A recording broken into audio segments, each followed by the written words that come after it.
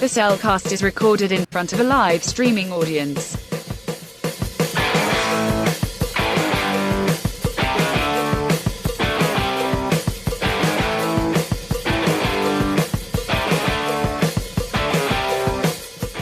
Hello and welcome to another episode of The Cellcast. Joining me today is a man who on his summer vacation did get married, but thankfully didn't get eaten by an alligator. Welcome, Jacob. Praise the Lord. Oh my gosh, that would have been the worst honeymoon ever. Ever. Oh my gosh. Oh, man. And why, thank you. Let me use our co-host, a man who got the wrong car for the greatest vacation ever, which turned into the road trip from Hades. Welcome, Drew. You know, having ridden in a vehicle with three members of your family. Oh yeah, sure. Hey, I wasn't gonna make any guess who was who. So I'm fairly certain allegations would get me killed by you. No, it's all good. So, yeah, we're back, folks. Woohoo! It's just been a month and a bit. Month and change. And since we have essentially had our summer vacation, Yes. we thought we'd come back and talk about other people's summer vacations that The technically aren't on the video anymore, called a summer vacation because Warner Brothers. Come on, Warner Brothers. I wanted to yell Zaslav right now. Yes. But this is before Zaslav, Lab. so I don't know Yeah. who to blame. Yeah, it's weird. This But- is a and weird this history is- about this. It's okay. I do have a name I can scream, even though I'm fairly certain he had nothing to do with this. Spielberg.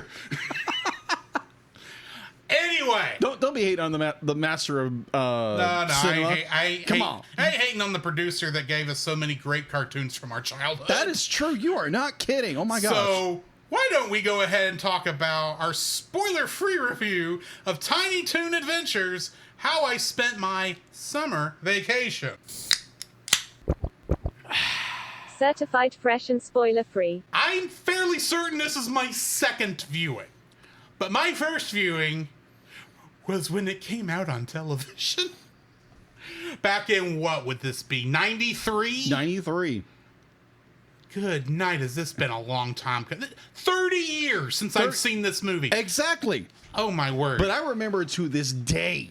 I remembered bits and pieces. Like there were parts where I was watching this film, it's like, I don't remember what this is going, but I remember this moment, and I remember this moment. I go, yeah. This is not from an episode? I didn't know this was from the movie. I thought this was from a random episode of Tiny Toon Adventures. Oh yeah.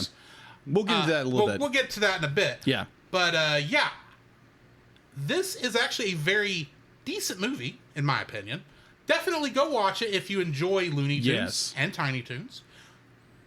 I will say, however, I think I still prefer the Animaniacs over Tiny Toons. Fair. So I will fully admit Wacko's Wish was better.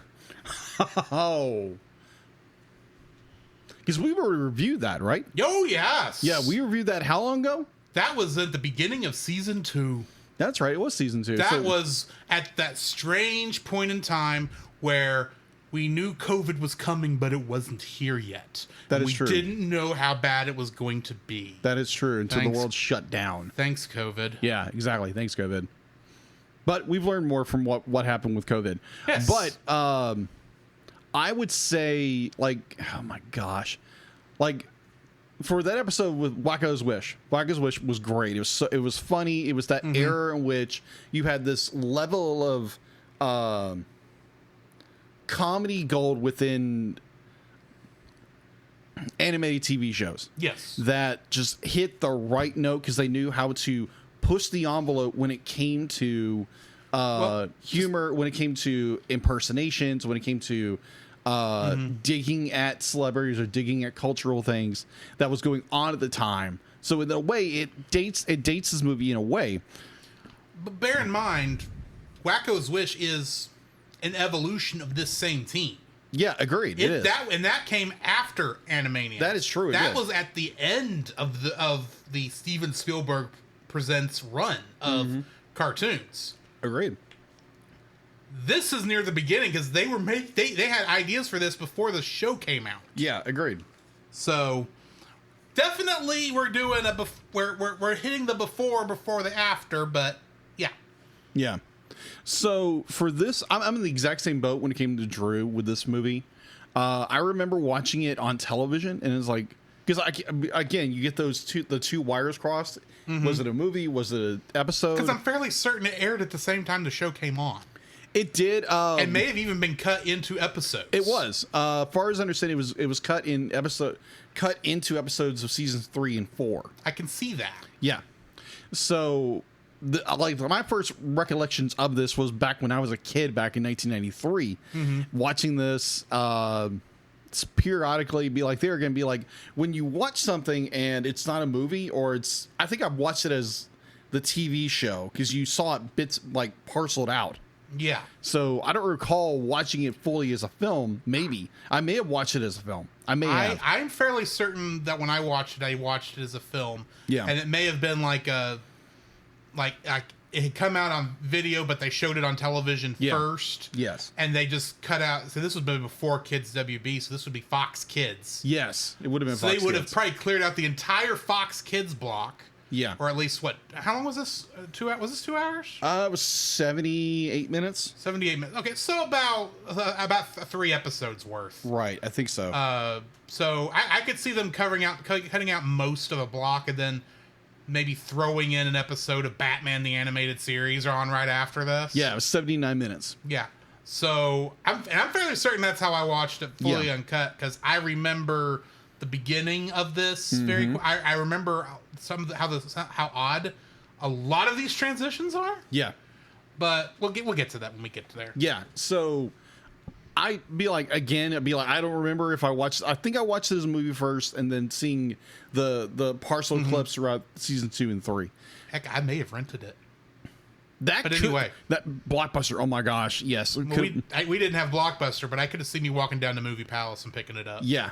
Oh my gosh, back in the days when you go back and go to a movie, a movie store and rent movies for like a week for like $1.50. Millennials are the last generation to have any understanding of what going to the movie rental store meant. Yes, I agree. No offense to the Zennials or the Alpha or Generation Alpha or any of y'all, but there was a difference. Yes, there was. Between that and just going to Redbox is probably the closest thing we have now to what that experience was. Yes. Because Netflix is definitely not it, or any of these streaming services. Agreed. It's like, you can find like most things on streaming, but if you wanted something like very obscure or something like that, going to like your local Blockbuster or Hollywood Video and just perusing the aisles, you will find the weirdest stuff. And expose you to the weirdest things or weirdest anime coming out of the 80s and 90s. And Blockbuster had that. Oh yeah, Blockbuster had that. That's what I loved. It was like go down there and look for something weird.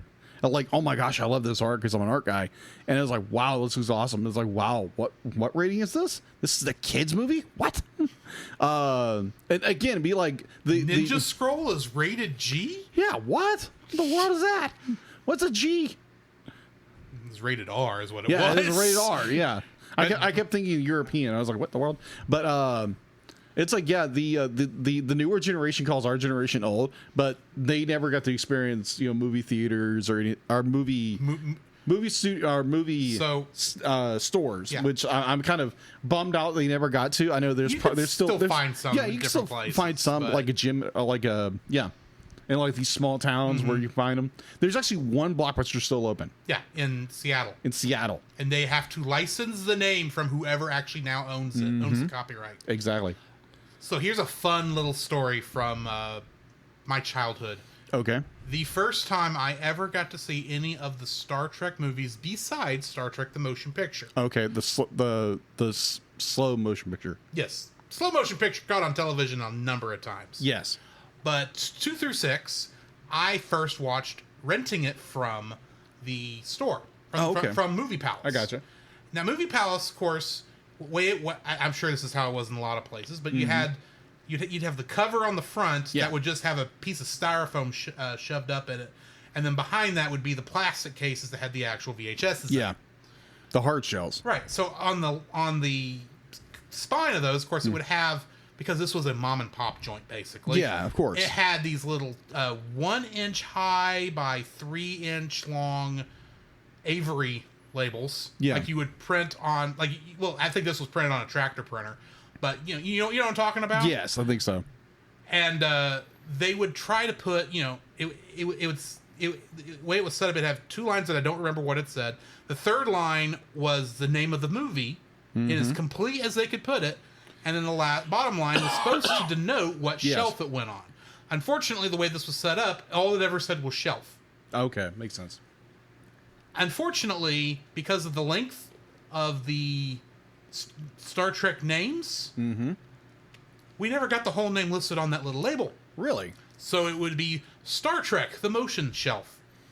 Star Trek II, the wrath of shelf. Star Trek III, the search for shelf. Star Trek IV, the voyage shelf.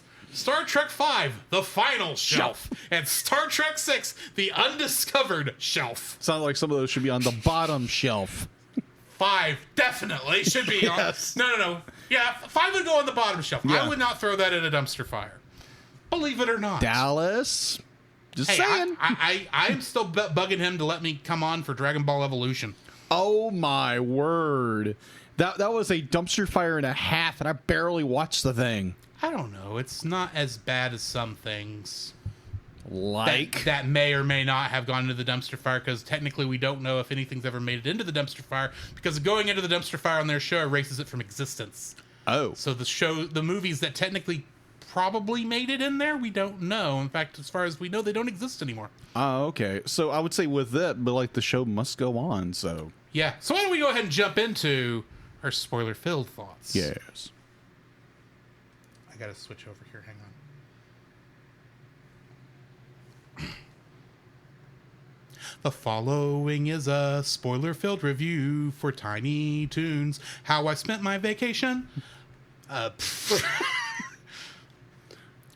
Listener discretion is advised. So if you've not seen this movie, turn us off right now. Okay. Best I can do. That'll work. Tiny Toon Adventures, or How I Spent My Vacation. We'll get on to where the summer went in a minute. It was directed by Rich Aarons, Ken Boyer, Ken Butterworth, Barry Caldwell, Alfred Gimeno, Art Leonardi, and Byron Vaughns. And no, I'm not telling you what else they did, because we'd be here all day. Okay, with then. this many directors. Oh, yeah. That time period, good yes. night. They directed a lot. Written by Sherry Stoner, Tom Ruger, Nicholas Hallander, and Paul Dini. Wait a minute. Paul Dini wrote this? Paul Dini wrote some of these episodes. Whoa. Okay, that's awesome. That's why I saved him for last. Oh, of course. Paul Dini wrote everything that was so good in the 90s. Everything that was, and a lot of, he worked for Warner Brothers, basically. Yeah, he worked for Warner Bros. And just that's why he's on like a lot of stuff, because Warner Brothers was really big when we were kids. Oh, yeah. Getting into the cast, we got Charlie Adler playing both Buster Bunny and the Usher. You know, he said and Usher. And Usher. And you have to be really careful, because Usher is a real person. Yes, he is a but real he's real not. There was no cameo of Usher in this movie. Yeah, he's not skating into the scene. Right. But would you believe that he once played Starscream in Michael Bay's Transformers? Oh, I do remember something about that. Yeah. We've got Tress MacNeille voicing Babs Bunny, Big Boo, Babs's mother, Mrs. Duff, Roseanne Barr, Barbara Walters, the chef, and additional voices. Really? Yes. But she is most well known for voicing Princess Angelina, Contessa Louisa Francesca Banana Fanafobesca III, but you can call her Dot Warner in Animaniacs. I have to give the whole name.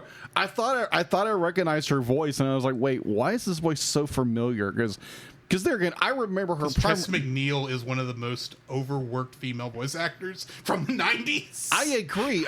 Again, I primarily associate her voice with Babs Bunny. Yeah.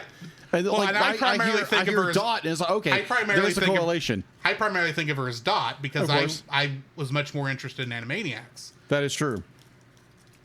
But she also is in like a lot of Simpsons stuff too. That is true.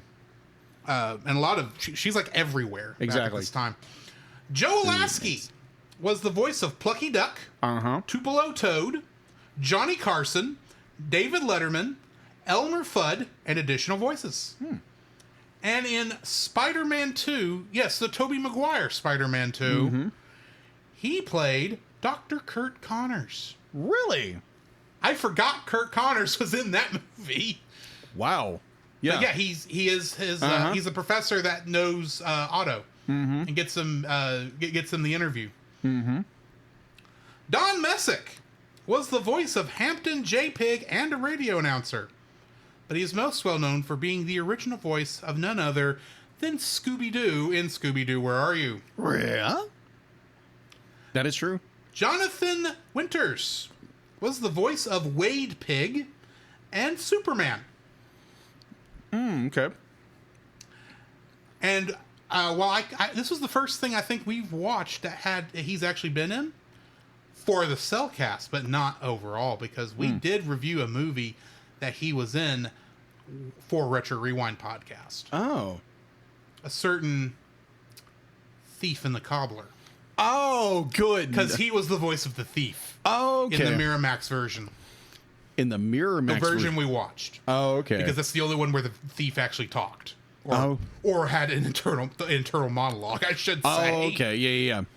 It's like, that was a fun episode we did with Retro. Thank you guys for letting us come over with that.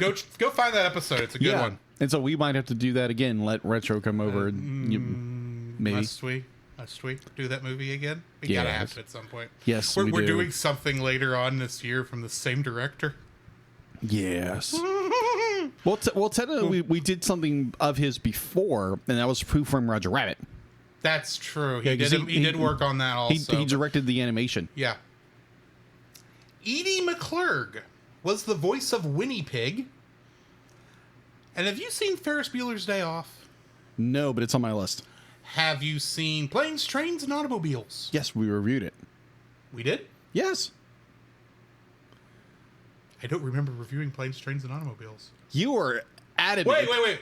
Was that on Movie of the Week podcast? I think it was Movie of the Week. That's why I don't remember it. It was a while back. Okay. Do you remember the lady at the car rental desk? Oh, yeah. That he blesses out. Yeah. That's her. Okay. Okay, but gotcha. She's also Grace, the secretary in Ferris Bueller's Day Off. Oh, okay. Interesting. Our good friend, or the man we wish was our good friend since we've never actually talked to him, Frank Welker. Yes. He played Uncle Stinky Pig. Oh, that makes sense. Byron Bassett, Furball, Little Beeper, Go-Go Dodo, Vinny, and Mr. Duff, and additional voices. And I always try to find something we've not covered that he's done. Yeah, when I go to bring this up, because it's Frank Welker. He's done a lot of things. Yes. In the Guardians of the Galaxy television show on Disney XD, he was the voice of the All-Father Odin. Really? Yeah. Oh, that's interesting. Cree Summer was the voice of Elmira Duff. Did you say Cree Summer? Cree Summer. Cree Summer. She's another one of these voice actresses that was in a lot of stuff. Oh, okay. But this is one of her earlier roles. She was Elmira Duff, Mary Melody, and Oprah Winfrey. Fair. And she played Princess Kida in Atlantis: The Lost Empire. Oh, okay. Now I can hear it. Okay. That makes sense. Sorrel Book played Big Daddy Boo, the Propagator. Oh, Propagator. The ones with Boo are the Gators. I thought so. And in The Dukes of Hazzard, yes, that Dukes of Hazzard, the original television show, he was Boss Hogg.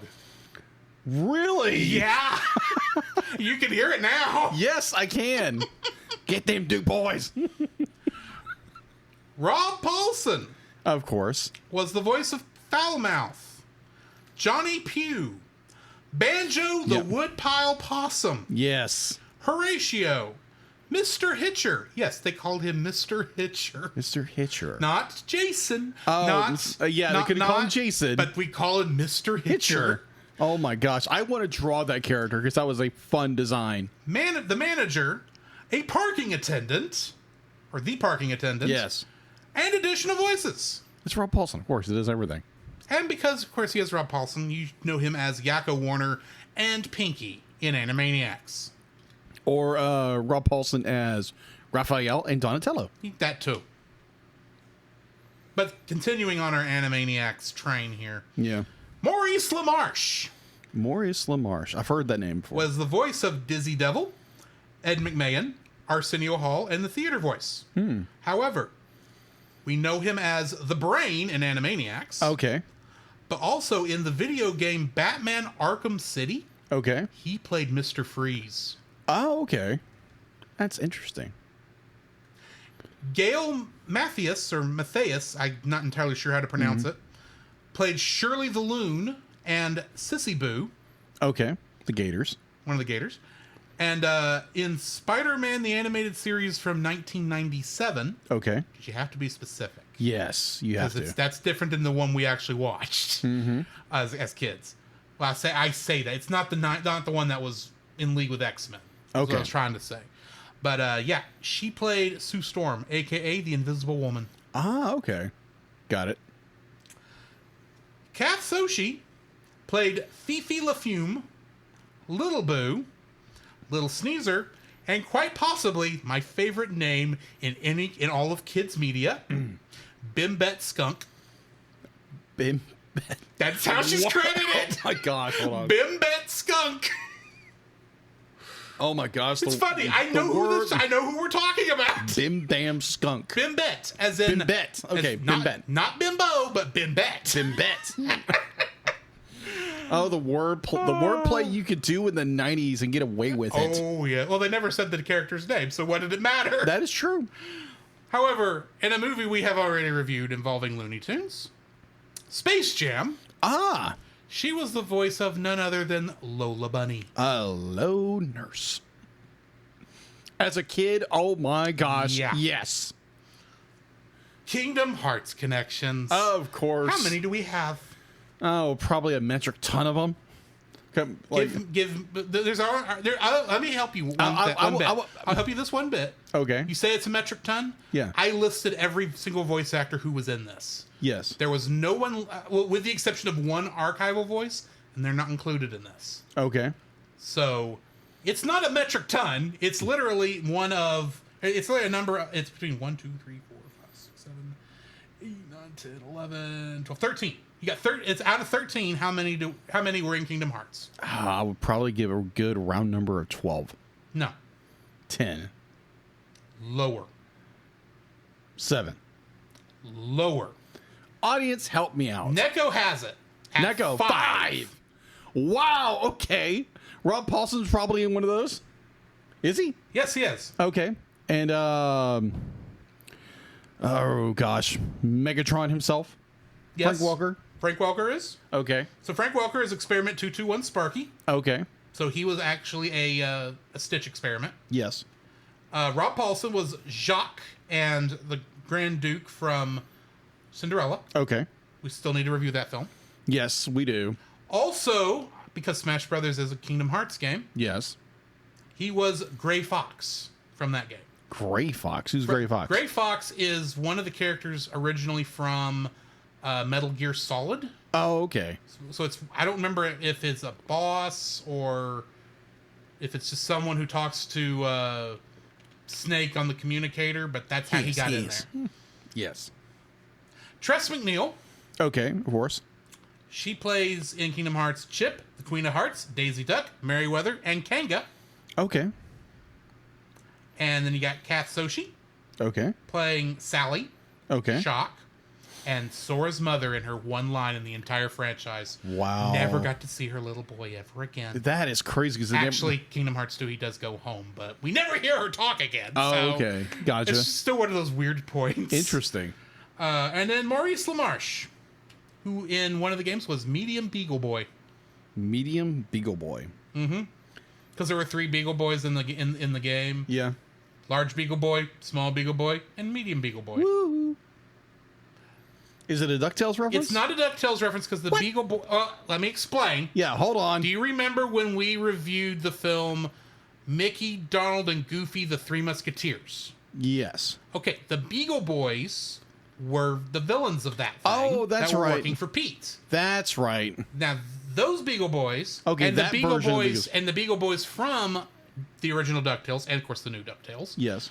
are all based on the characters from the original Donald Duck comic books. That's right. Created by, I cannot think of that guy's name. I'm as bad as Disney for erasing his name, trying to make it look like Walt Disney was still writing all those things when he wasn't. Right. I cannot think of the guy's name. Yeah. Except he's the entire reason popular culture is the way it is. I listened to a YouTube video earlier this week about this guy, because if it weren't for him, The Simpsons wouldn't be like it is. Anime wouldn't be as big as it is, because the godfather of anime didn't start making comics until he read the Donald Duck comics. Oh, I heard about that. And it's all written by this one guy. And then, of course, that led to DuckTales, which is why the Beagle Boys make that transition. And it just so happens they use those the Beagle Boys for that one movie. Yeah, because most likely they're easy goons to bring to use. Yeah, because most likely, probably in the middle of the episode, I probably guarantee it's probably Drew will remember this guy's name. I will look and he'll it be up. like, blah! It's like, oh, that's the guy you're talking about. It's like Carl Barks. Carl Barks. Thank you, Neko. Thank you, Neko. Rock on. Carl Good Barks. job, Rock. Thank you. Good job, Neko. But yeah, he's the one who created the Beagle Boys. Oh, okay. Awesome. That's really And cool. like half of the DuckTales cast Woo. before DuckTales was a thing. Yes. But that brings me to the end of cast lists and such. What do we got in info and stuff? All right, so info and stuff. You're able to watch this film on Amazon Prime for $3.59.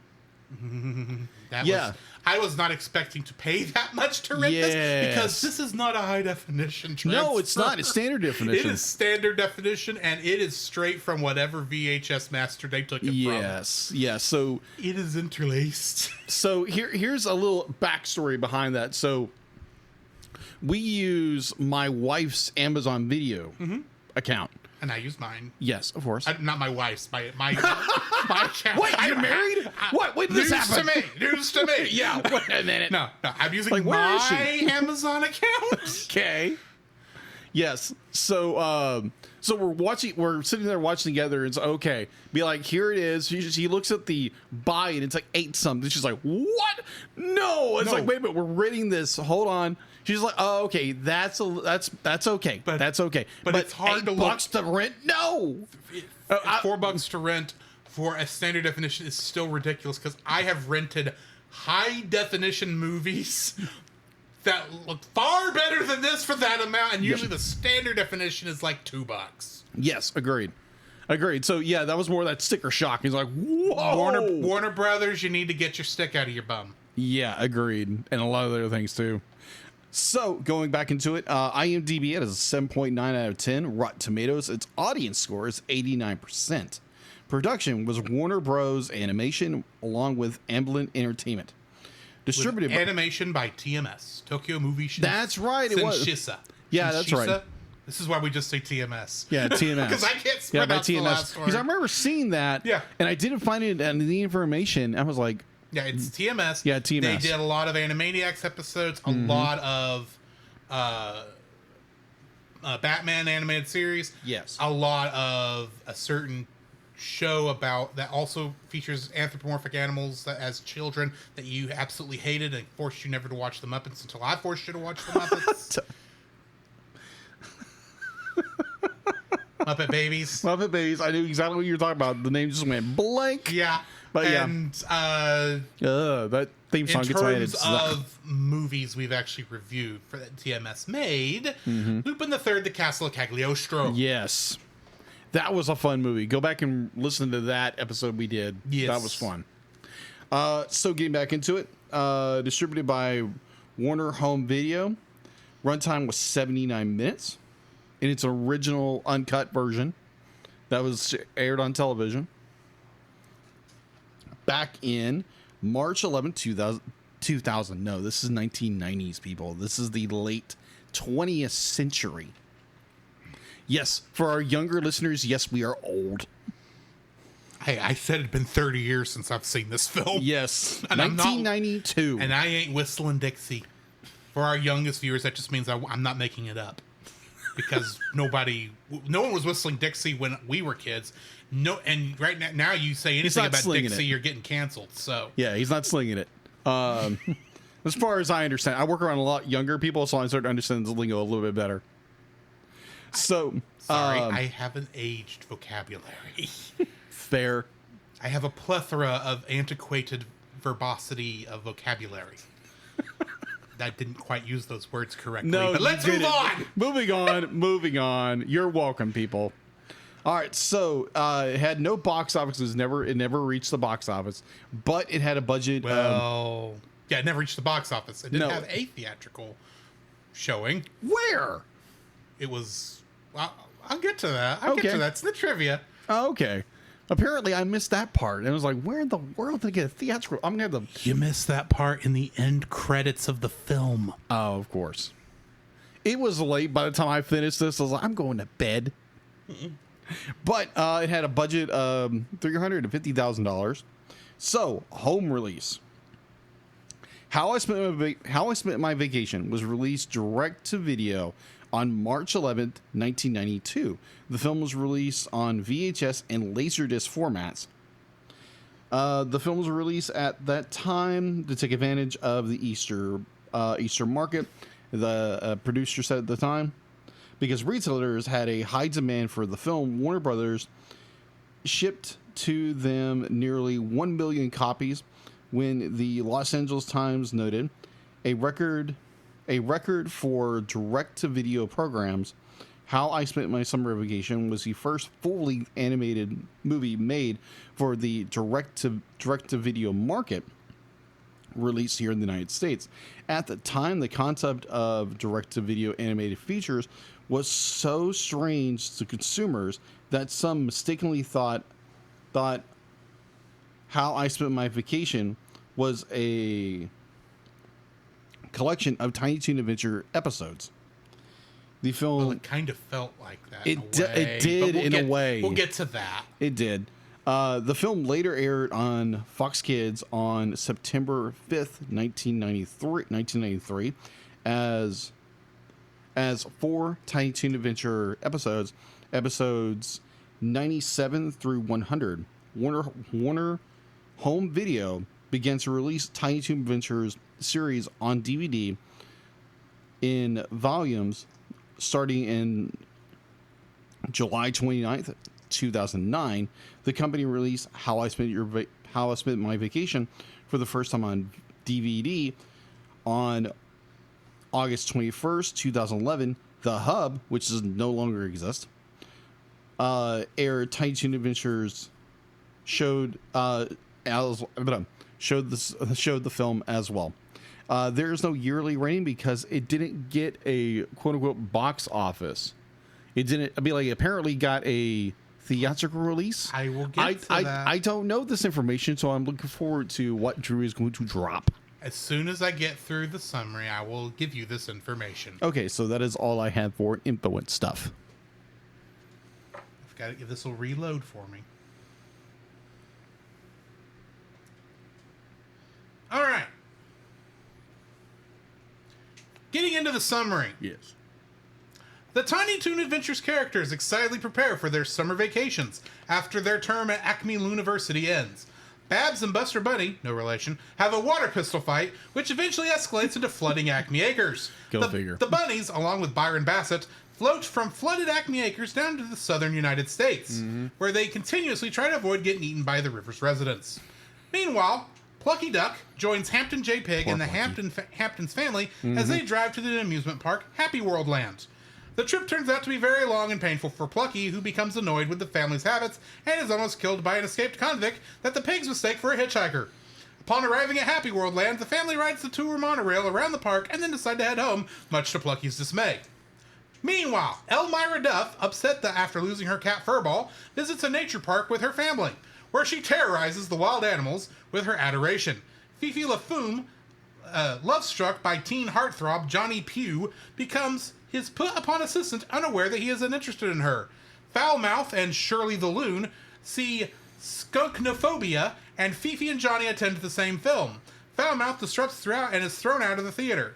Fifi, enraged when Johnny takes her photograph of him and signs it for a bimbette, physically ejects Johnny from the theater, causing him to end up with Elmira, who mistakenly becomes her new kitty.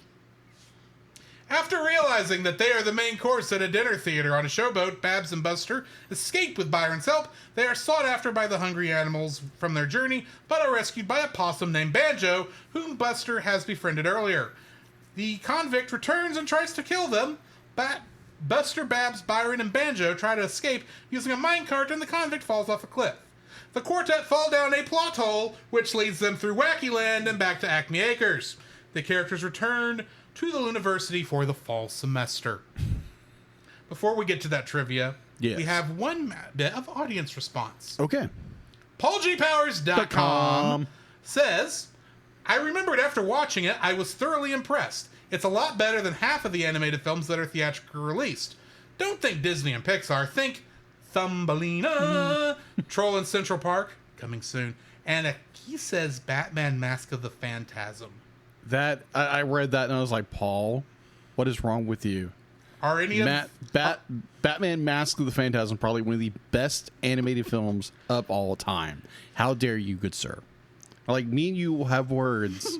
Like whenever you get on the show again, and you be like, soon. Yeah, it's going to be soon, and this is going to be a reckoning, my friend. A reckoning, because I think I know how he's going to be interrogated for. What? Really?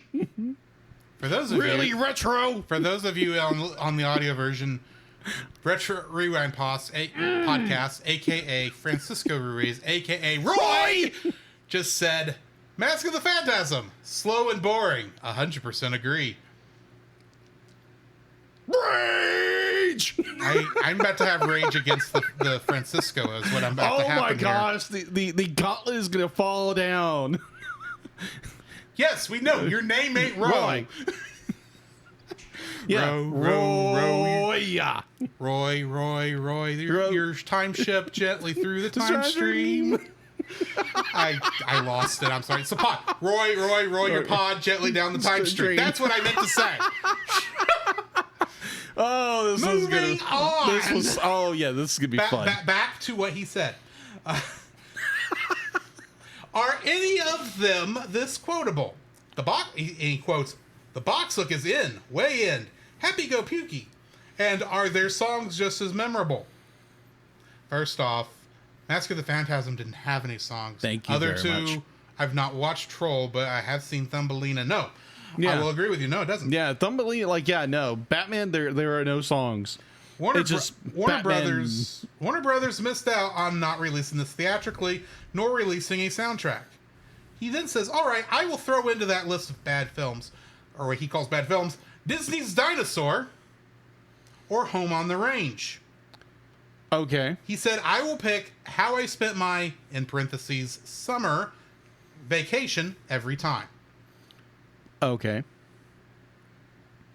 I think there is a Batman musical. I have no doubt. There is an episode of Batman Beyond where we see a part of a Batman musical. That's funny. That is funny. But anyway, so I mentioned... To hear Kevin Conroy do musical, it's actually funny. It's actually really good because that's what he did. So, to answer your question from earlier, and I gotta wait for this stupid thing to reload again. Okay, there we go. Thank you, Roy. There were a couple of jokey credits at the end of the film that may have gone past faster than you could read them. Probably. And you might have turned it off because you were tired. Yes. So, in order. Reason this movie went straight to home? Because it's so darned good. Original running time, 8 hours, 47 minutes. Hey, what about that Urkel kid? Is he funny or what? As long as we're talking Family Matters and not Urkel Saves Christmas. Yeah, exactly. Go listen Warner to Brothers. Yeah, thanks, Warner. It's like...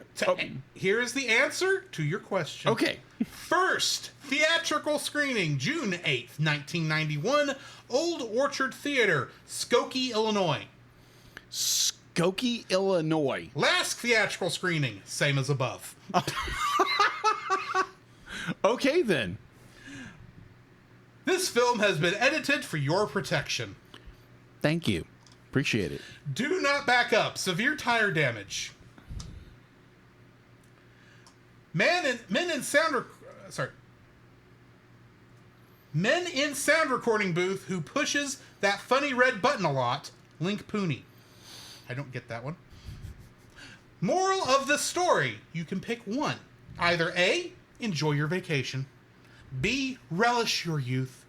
Or C, don't pick up chainsaw wielding hitchhikers. Going with C. Yeah, I would go with C.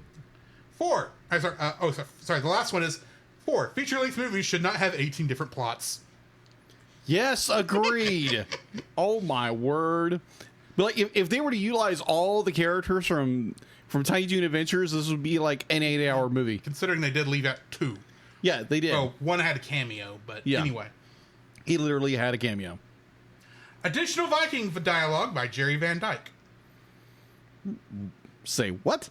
That's one of the jokey credits. Oh, okay. Additional Viking dialogue, Jerry Van Dyke. Oh, You know, Dick Van Dyke's brother. bump, bump, bump. These end credits are interminable. Top 4 reasons a character of David Letterman is in this video. A. We admire his comedy stylings. B. We wanted to use Merv Griffin, but he threatened to sue. 3. We needed some filler. Lastly, we're brown-nosing weasels who want him to mention us on his show.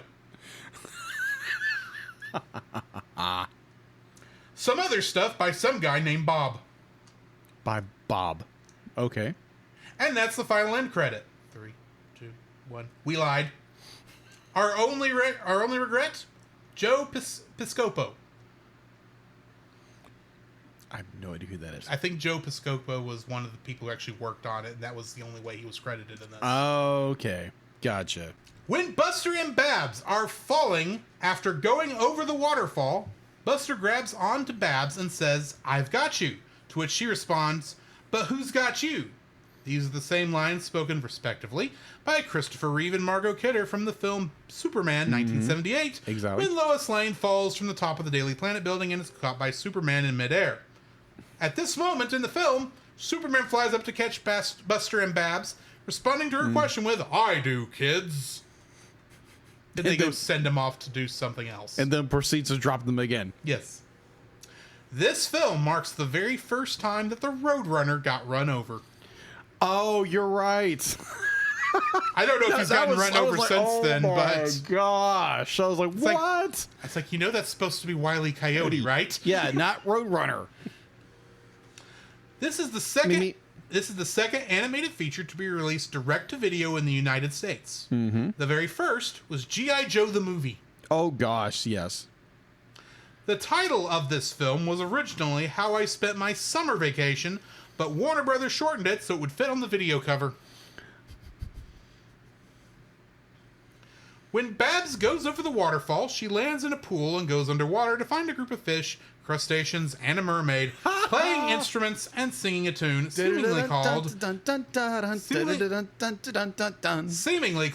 Beneath the Ocean, an obvious parody of the famous song Under the Sea from The Little Mermaid. Uh-huh. Babs immediately utters, "Oops, wrong cartoon." I love that. That running gag the entire time. And that's the end of my trivia. Wow. What is your first like for this film, Jacob? My first like, oh my gosh. I did not expect this of this film. This movie literally made me laugh out loud.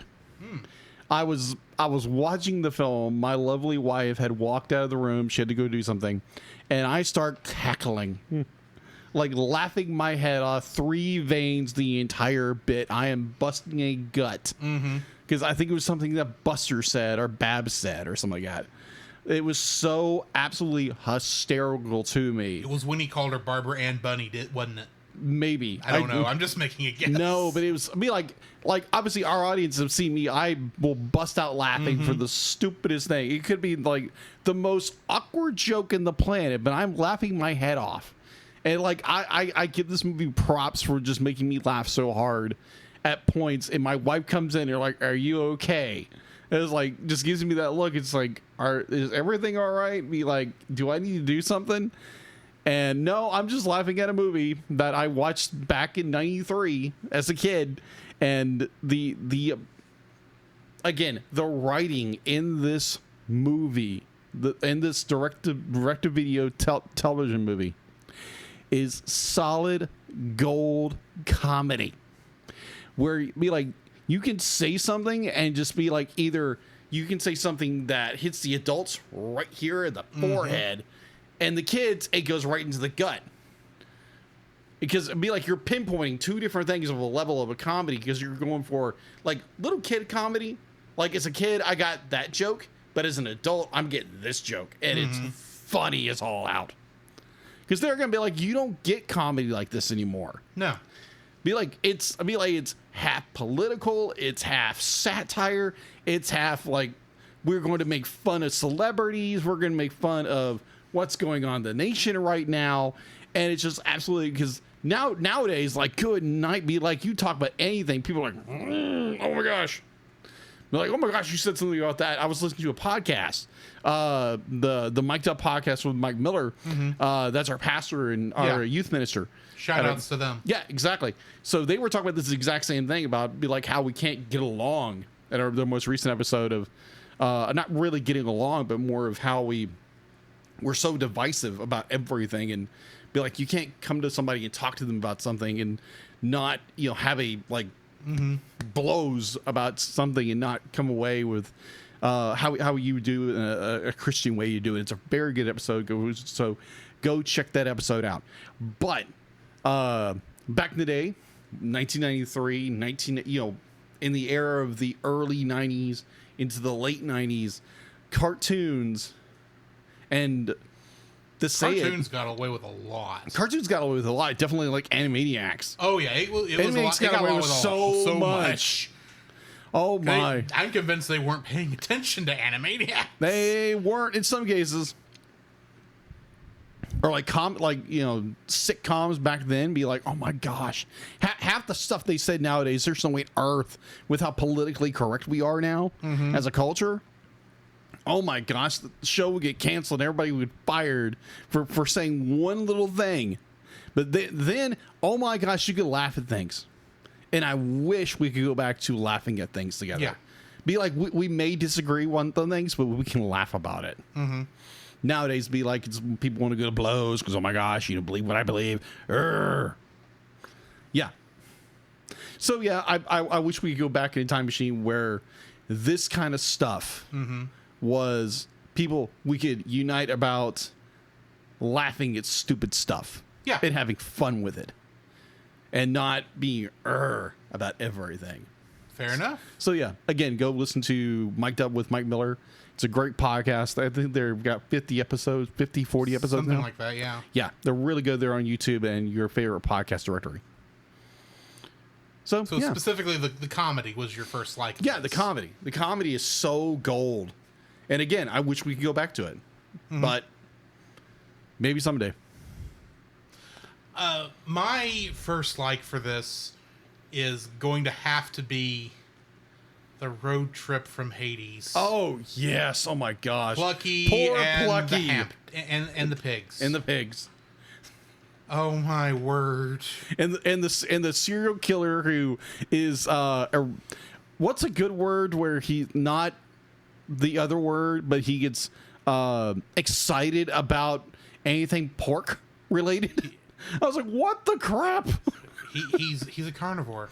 Yeah, apparently. Very much a carnivore. He gets excited about pig. And apparently later on rabbit. A rabbit. He likes duck too. Apparently he really loves duck and wants to kill Plucky. But the whole bit with them trying all these different things happening to Plucky on this horrible road trip. Yes. I think the one that actually made me feel for Plucky the most was when he got out his his comic condition first edition of obviously not Teenage Mutant Ninja Turtles. I can't remember what it was now. I remember that so well as a kid. I was like, oh, and no. I saw him pull that out. And I'm going, okay, Plucky, this is a bad idea. There might be a different reason they don't let Hampton read in the car. And when it became obvious what was going to happen to Hampton, I go, Plucky, pick up your book. Plucky, pick up your book. Plucky, get it back in the Mylar. You were smart enough to bag and board this stupid thing, and you're about to lose a lot of resale value. You're not going to be able to pay your next semester's tuition to Acme University if you don't pick up that comic book and get it back in the Mylar bag before Hampton throws up all over it. This was back when that may have been a thing you could do, even though we knew it wasn't going to happen. Yeah, early 90s. When comic book collecting was still at its peak. Yeah, that's true. But it was still at its most hype.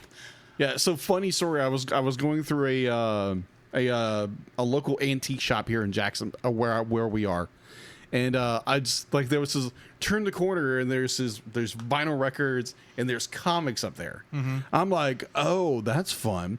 And there's the Death of Superman cover, and that thing was going for like $300 some when it first came out. Yeah, it was $3. Of course it is, because so many people bought that. So many. It's just like it was insane. Like supply and demand, folks. Supply and demand.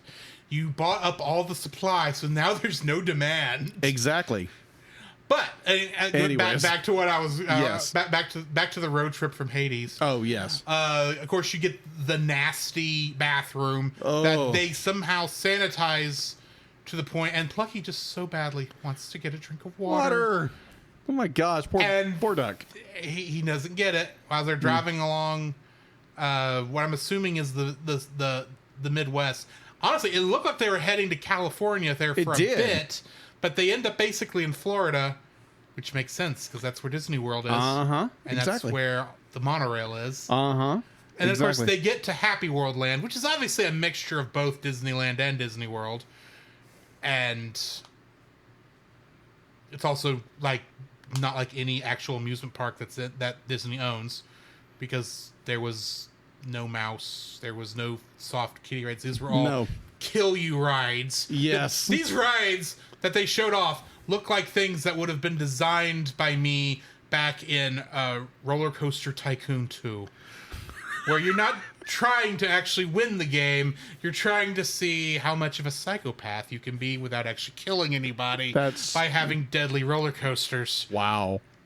I am not the only person who did this. Oh, I'm not surprised. Oh my gosh, what can I make up to destroy something? I'm one of the weirdo kids. You think? Who, when I first played The Sims and realized that you could trap Sims in the pool, killed so many Sims by trapping them in the pool. Do we need intervention? This is like normal. Are we sure? This is that normal stuff. It's like, oh, it's online. Who cares? These aren't real people. These aren't real things. They do not deserve your empathy. Oh, wow. It's not like I was designing them after people I knew.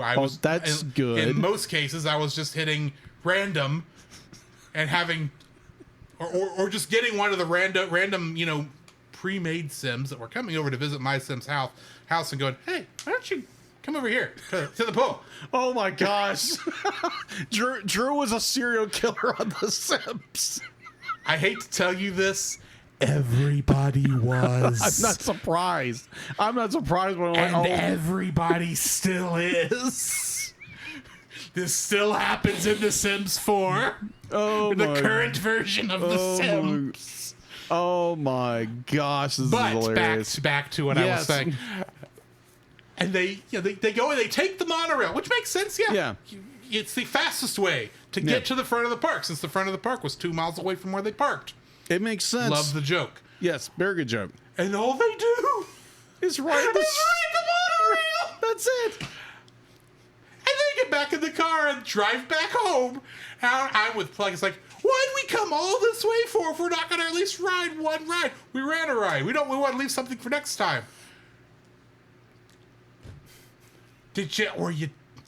Wade, were you too cheap to actually get a hotel room?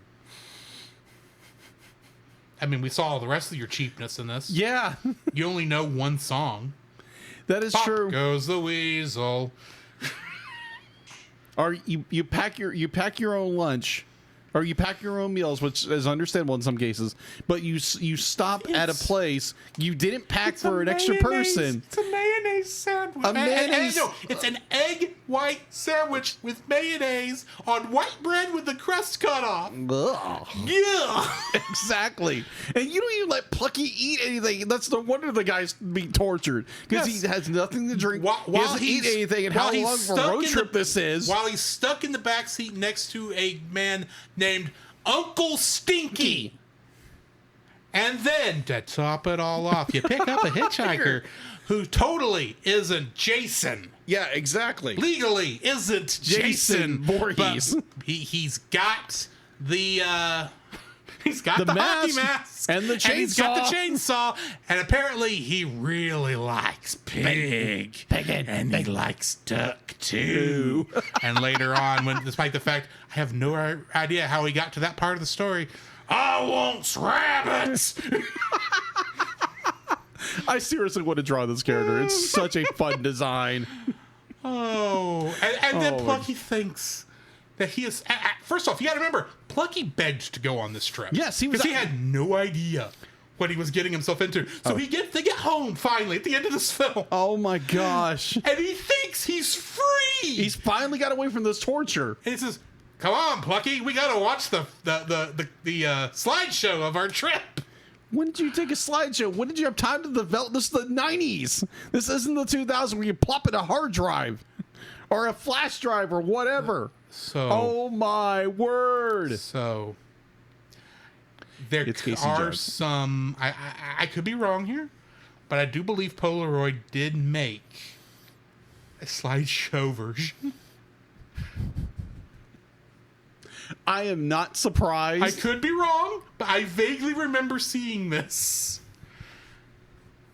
But anyway. Oh my gosh. And besides, it's the joke. It's like Plucky's home. Yeah. He's free. God. He can go home, go back to his duck pond and rest before they have to go back to school the next day. Because it's basically the next day. Mm-hmm. And it's like, no, we got to watch the slideshow until dawn. It's like, I don't want to relive this.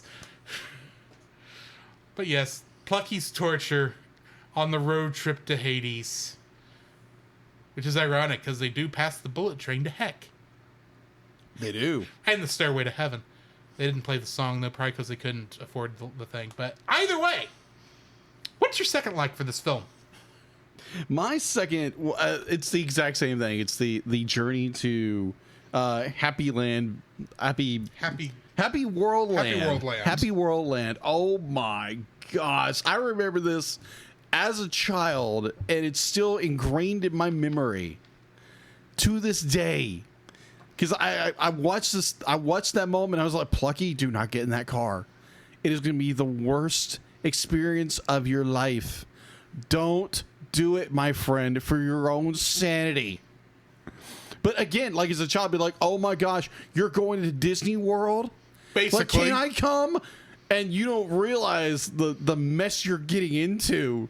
And oh my gosh, the again, brilliant storytelling. Mm-hmm. Again, there's some plot problems here and there, but overall, be like you have Plucky who is just wants to go to this theme park, and he has no idea what he's getting into. Because again, the 40-year-old I am now goes directly back to when I was probably like about 7 years old, about 7-8 years old.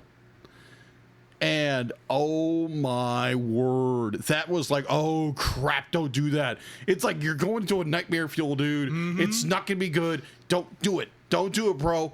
Don't do it, bro. It's gonna be bad. So yeah, be like the journey of the insanity that this poor duck has to go through because he wants to go here. And it's like summer vacation. They get off. They get out of school at what? Maybe like. Let's just be nice and say 2 months.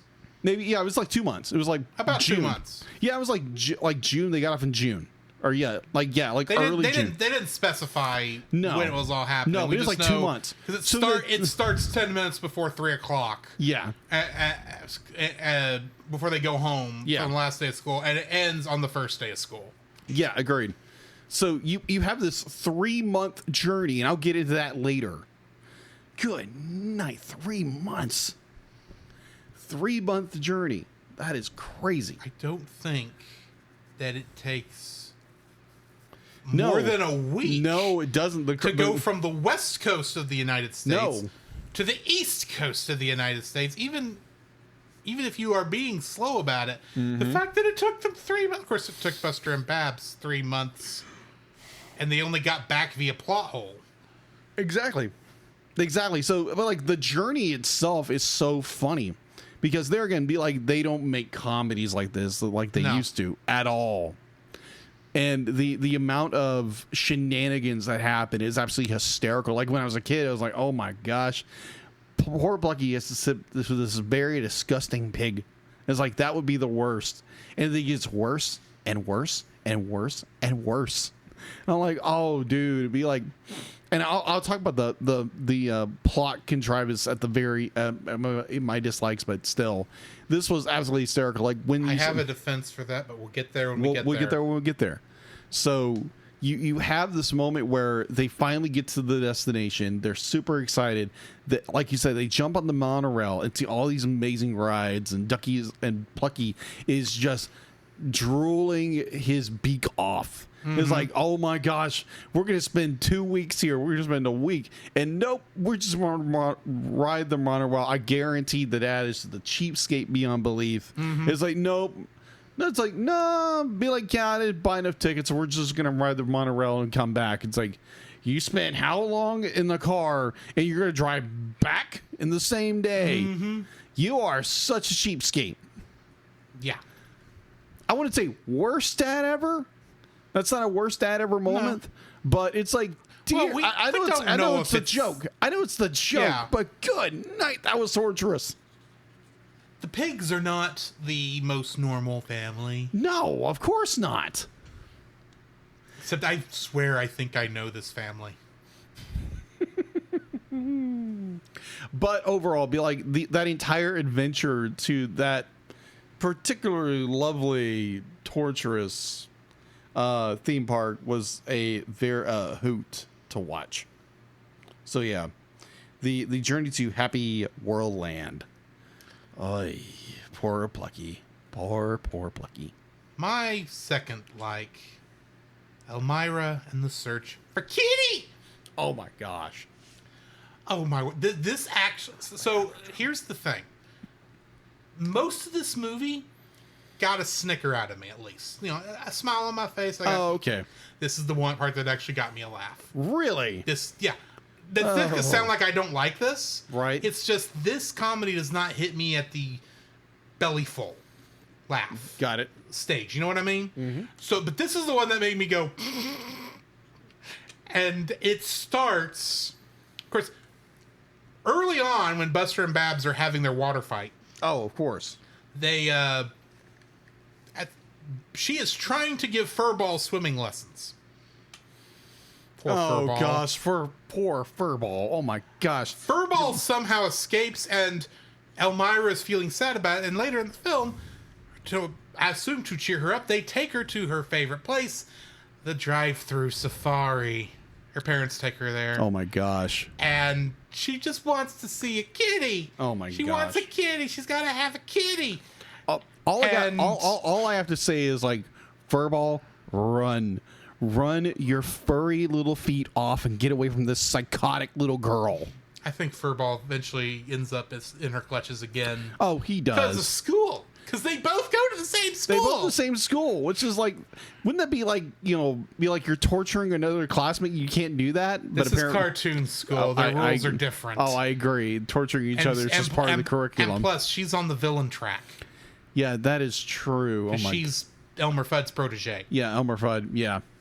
Because Duff just and clingy, Fudd are just very, very are just clingy. the words backwards. Yeah. And Elmira's the feminine version of Elmer. Yes. But anyway. And she's so upset, and she decides that she's going to go get her a kitty. And just as she starts rolling down her window, the overhead announcer that was welcoming them to this drive-through safari says, And I'm going to say this so no one sues Warner Brothers. Please do not get out of the car. Jurassic Park, anybody? While she gets out of the car. Of course. And goes and finds a cheetah. Which she skins. She skins after she proved the thing that she was the predator. And he tries little apex predator is the nightmare. The cheetah tries to run, but she holds on to his tail, and the whole thing, his whole skin just separates as he runs off. And of course, what does she do? Fur pulls off. Yes, his skin is still there. Yes. Yes. And what does she say? She's like, "Oh, he lost his fur coat or whatever." She says, "Oh, Kitty left me his pajamas," and she puts it on, and then goes to terrorize some lion cubs. Oh my gosh! I think it was lion cubs. Yes, it was lion cubs. It was cubs of some kind. Yeah, they were lion cubs. Kittens. Cubs. Yeah, big cats, kids are cubs. Try saying that 3 times fast. Yeah, you're gonna say big cats, something. kids are cubs. Anyway, Yes. I don't remember what happens to those cubs, but they are obviously traumatized for life. No, you think? And they escape, and they go complain, I assume to their father, the king of the jungle. There's another cat that she annoys too. I don't remember who it is. It's a but leopard. eventually they go to, she gets to Leopard and a tiger. She gets to the king of the jungle himself, who is not Leo the lion, thank the Lord. You're not kidding. But unfortunately, I don't think this guy didn't do any better against Elmira either. Oh gosh, you're not kidding. If this guy couldn't beat Elmira, Leo wouldn't stand a chance. Oh yeah, we don't talk about Leo. Leo would have died. Hey, Elmira, I know a lion who would love to hang out with you. Exactly. Go torture him. Go torture Leo. Leave everyone else alone. Yes, please. But go over to that bad movie. She goes over and she decides, I know why you're upset. You need a haircut. And she gives him a mohawk. She cuts off the whole mane except for the top. And that makes the lion go crazy. And somehow the lion gets her back in the car and they drive off with her. But the cheetah did get his pelt back. Yes. No, it was the animals got in the car and drove off. That's what it was. Yeah, let the humans in the safari be like, okay, you're the crazy one. You stay in the safari. We're gonna leave. But the cheetah did get his pelt back. I don't remember how. Yes. And then at the very end, as a comeuppance for his actions, which aren't going to come up in this because I really didn't like the Fifi LaFoom storyline that much, even though it is Pepe Le Pew for girls. Yeah. The male hunk skunk, whose name I don't remember. Oh gosh. Gets the comeuppance Pepe always deserved of being thought of as a cat. Yeah. Oh my gosh. And having to escape from someone who really, really loves him. Oh my gosh. Elmira. Oh gosh. I feel bad for that skunk. So yeah, that's my second like. Oh my gosh. Elmira's search for Kitty. Oh my gosh. What's your third like? Water fight, anybody? Good night. Oh my gosh. The water fight is fine. I'll get to my other problems later. I love the water fight because it's more like the angles they use and everything for like how they're like you're working in a 2D environment and how well you can use that environment to your advantage. And oh my gosh, you're like, okay, Buster, I understand you are a kid. And I understand be like you were playing with your best friend. No relation, quote unquote, quote unquote. Although, apparently in the new series, they're actually related.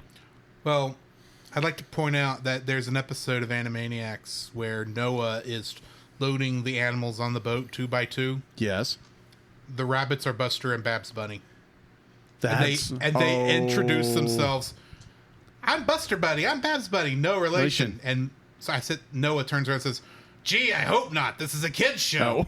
I remember that. I totally, completely, 100% remember that. And I remember as a kid not getting the joke. Yeah, me either. I was like, oh my God. Now I was like, oh Oh my gosh! Yeah, I really hope not. Wow, We don't need rabbit incestuous soup, bunny. anybody? Don't need incestuous bunnies. No. And apparently in the new series, they're is- actually related. I've not watched any of Acme. Allegedly. Tiny Toon's Looniversity. Yeah, yet. Looniversity. Again, I haven't seen it. That's all I've heard. And it's like, I think one of our listeners, Heather, said something about that. And I was like, okay, that's interesting.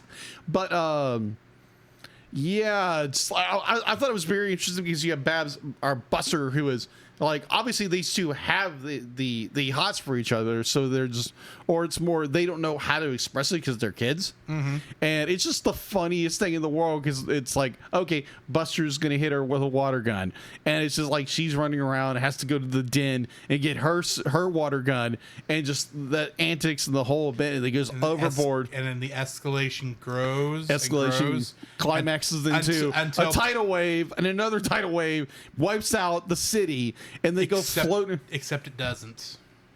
Because cartoons! It's cartoons. Yes. Floods the city. It's cartoon. Doesn't really flood it. And they It go drains quickly. Yes, drains very quickly. But it's just, again, the animation, these segments are done so well. It's so good. It's so funny. And there's just the amount of detail that go into these two characters trying to chase each other around with water guns. Mm-hmm. And again, can we go back to... Sorry. Throats, whatever. But I really wish we can go back to these times where it was innocence and it was just fun, animated shows. Where we're going and we're watching something that's funny. It's two characters having fun with each other. It'd be like there might be some little tension here and there, and they want to get back at each other. And it's not this political crap. It's not we're trying to do some kind of social thing or this or this or this or this. We're just trying to have fun and maybe poking fun at things. Yeah. That's all we're trying to do. Obviously, as an adult, you see everything they're actually doing in the comedy. They're trying to tackle little things here and there or say something very funny, but as a kid you didn't think about that. And I wish we could go back to a time like my first, like it was like to a point where you could sit down and watch a cartoon and just laugh about it and not think about this and this and this and this because our 24/7 news cycle.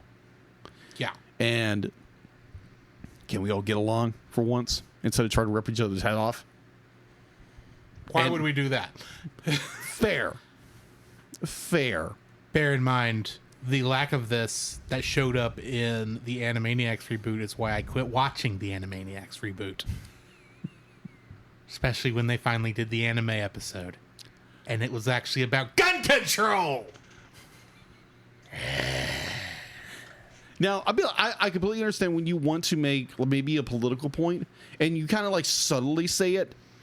Be like, it's like Captain Planet. Like Captain Planet. Those kind of things. Be like, you take care of You're calling Captain Planet subtle? Well, no. Be like, hold on. Let me back up. Let me back up. Okay, I made the wrong example. My bad. Cut it out. Cut it. I'm sorry. I made him crack up. That's hilarious. Score! Yes! I think I've seen a 3 vein here. I can't see it before. Yes! Oh. I'm sorry. It's just the entire idea Yes, of I'm aware. Captain Planet I know. having a subtle message. Good night. When I was a child, I knew they were preaching to me. When one of your powers is heart.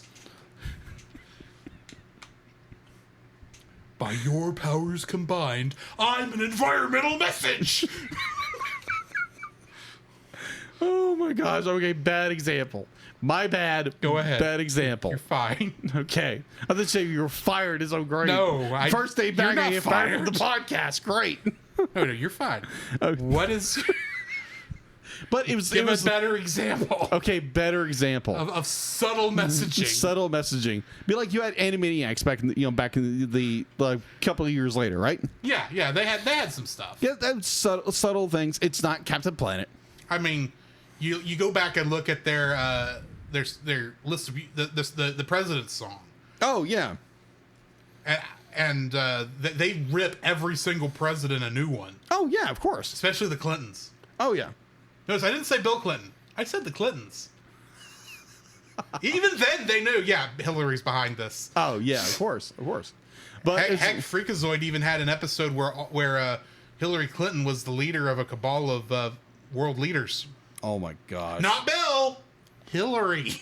Wow. This is why she shouldn't have been able to run for president a couple years ago, because she'd already run as Bill. This is an opinion. Either or. We're not going political here. Politics is a word it comes from two words. Poly meaning many, and ticks being blood-sucking creatures. This is as far as we're going on a political conversation. Exactly. I'm Drew Dodgen, and I never approve this message. But yeah, just oh my gosh, can we go back to a simpler time? I don't think we can. With our 24-hour news cycle and how the internet, and we're all at that each other. stuff. But it's like Social media has ruined us. I agree. It'd be like social media can be great, but social media is just like, yeah, let's not. Ugh. Yeah, can we go back to the 90s, please? Thank you very much. In some subtle ways, be like, I want to go back to my 8-year-old self and just have fun on summer vacation. Where the closest thing to politics you had was, gee, Brain, what are we going to do tonight? The same thing we do every night, Pinky. Try to take over the world. Actually, I'd vote for Brain right now. You are not kidding. And that is as far as politically I'll go. There we go. Either that or Han Solo and Chewbacca. Or Chewbacca with Han Solo as his running mate. Let the Wookiee win. Yes. Or if we're going to keep voting for old white guys, Statler and Waldorf, 2024. T-shirt, please. T-shirt. It exists already. We can't make it. Oh, never mind then. I got it off a T-shirt. Oh, okay. Well, never mind. We'll make up something and put it on the store. It's like you guys can wear something goopy. Which we are working on. We're working on stuff, so just hang on. Yeah, shirts made. Well, they're homemade. These are prototypes. These are prototypes my wife mocked up for us. So they should be out at some point. I need to get the designs on the site. Anyway, back to the show. Either or, back to the show. I haven't got this whole thing good where I can knock stuff out. Yes. So going from promotion back to the show. Boop. So where was I again? We were on Third Likes. Oh yeah, and I think yours was Buster and Babs Bunny's water fight. Yeah, water fight. I thought it was just fun. I mean, like again, you have this. I don't want to say simple story because it's not a simple story. It's simple, but it's not. Mm-hmm. And it's just a fun show. It's a fun story. The plot is all over the place, but I'll get that later. But I just enjoy it. It's fun. Can we have fun anymore, people? Please, just fun. All for once, for a change. Go back to the 90s where we had fun and just goofed around. And the problem is that people are with as crowded out and noisy as our current media landscape is. Agreed. Everybody wants to do something that's going to make a difference, and they want to make a point, and they're going to want to promote their message. Mm-hmm. This is true of pretty much nearly every cartoon, unfortunately, that's out there. Agreed. Because they all want to be that important thing that kids fall in love with, and it shapes their lives for the rest of eternity. Exactly. Like the cartoons shaped our lives. Right. I get it. Don't get me wrong. But at the same time, why can't we just have fun shows anymore? Exactly. Moving on. Yes. My third like for this film. Dig-a-doom, dig-a-doom. My third like for this film is connected. But the entire Buster and Babs Bunny's escape from the booze. The Gators from South Louisiana. Oh, yes. From I don't know if it's technically from Louisiana.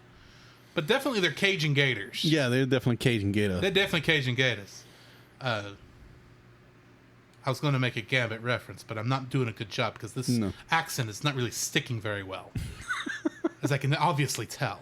Yes. Because I think I'm moving out of it into something entirely different. No, you're not Cajun at all. I'm not Cajun at all.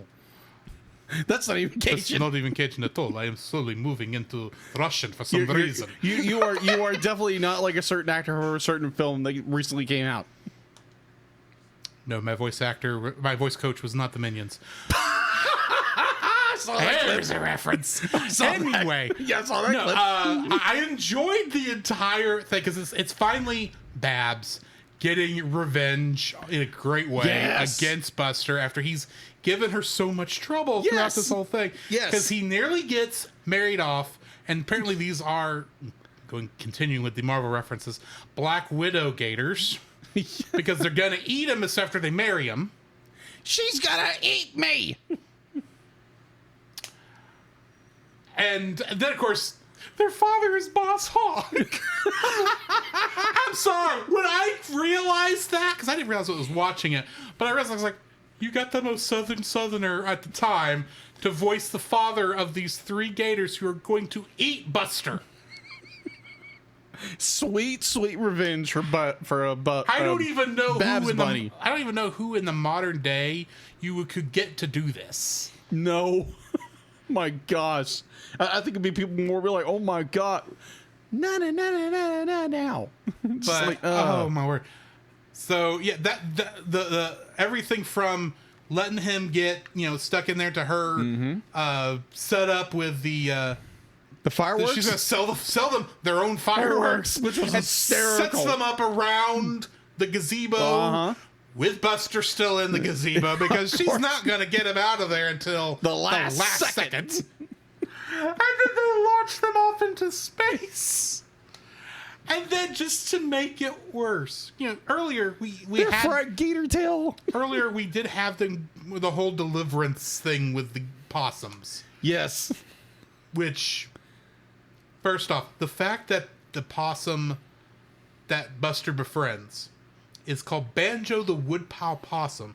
If that is not a reference to Banjo the Woodpile Cat, yes, a Don Bluth short that I watched religiously as a child, yes, I will be ashamed. But also, fun fact: that possum after this, in the season following this, is seen in the back in extra shots. Yeah, they let him go to school. Wow. Okay. But that's awesome. From what I read, I haven't gone back and actually watched any of these episodes. Cool. But from what I read, yeah, he's seen in a couple episodes in the background. So they did at least add him to the show, even if he never had a speaking part ever again. But that is cool. Yeah. But when they get to the riverboat and they go to they do the show, and they're actually doing a pretty decent comedy routine. I say that like it's a surprise, but they are kids. Yeah. And they don't know who they're playing to, and they turn the lights up. And it's all the rogues gallery from this trip. And I'm still sitting there going, this would be funnier if we had more time with Buster and Babs Bunny and saw them get into more trouble, because otherwise there's only, 7 people here who are actually Buster and Babs' enemies, not counting the owner of the boat. Because you had the 4 boobs, you had the 4 gators, and 5 possums. Yeah. And they're all at separate tables. And the father gator is at a different table than his daughters. Yeah. And he's a social gator. And they're doing this whole, pan backwards through the audience on, look at all of these people who obviously are been chasing Buster and Babs Bunny throughout this whole movie. At least that's the impression it gives off. Yes. And you're going, half these people were not even in this till just now. Yes. Because they're just extras. But obviously they're hungry for rabbit. Yes. And they're not even the people that actually Buster and Babs have to run from. No, it's not Jason from Plucky's trip to Hades. Yes. Who just happens to show up, I'm assuming, in Mississippi. Because it's obviously not Louisiana. I don't know. He where got it is. another ride from some poor fortunate souls and got somewhere else. Hey, or plot convenience. When they are going through the not Indiana Jones in the Temple of Doom minecart ride. Yes. And they do pass Plucky and the pigs on their way back because they're driving through the same mine shaft. They did, yes. So, I mean, they're not far from where they dropped off Not Jason. Yes. So... Oh, my word. This is hysterical. But yeah, that whole bit with Buster and Babs trying to escape the gators, both in the middle and at the end, is like, to me, was funny. Now... Yes. We're about to move into dislikes. I'm hoping one of your dislikes is connected to what I was just talking about, because I do want to defend it. But what is your first dislike? My first dislike, again, this is a early 90s cartoon. So the plot really wasn't, like, they had plot, but this plot goes everywhere. And, like, you can't, it's like watching... like 19 what was that film we reviewed for another Retro? Yeah, not Retro. Wasn't Retro. It was the one we did with Jim. 1917, I think. 1917? No. I'm sorry. That had a very good plot. No. I'm thinking of no. Hold on. Crap. It's anyways. So it's more. It's a more modern film, where you have all these. Big Fish.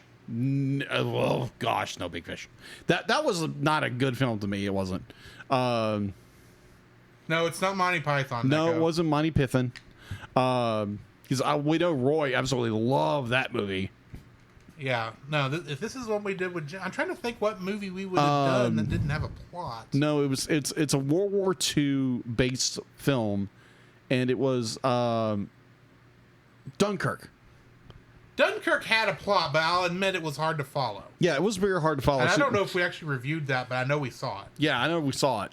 I don't remember if we reviewed it or not. I didn't watch it with you. No, but yeah, because that was before that movie came out before COVID. Yes, it did. That's right.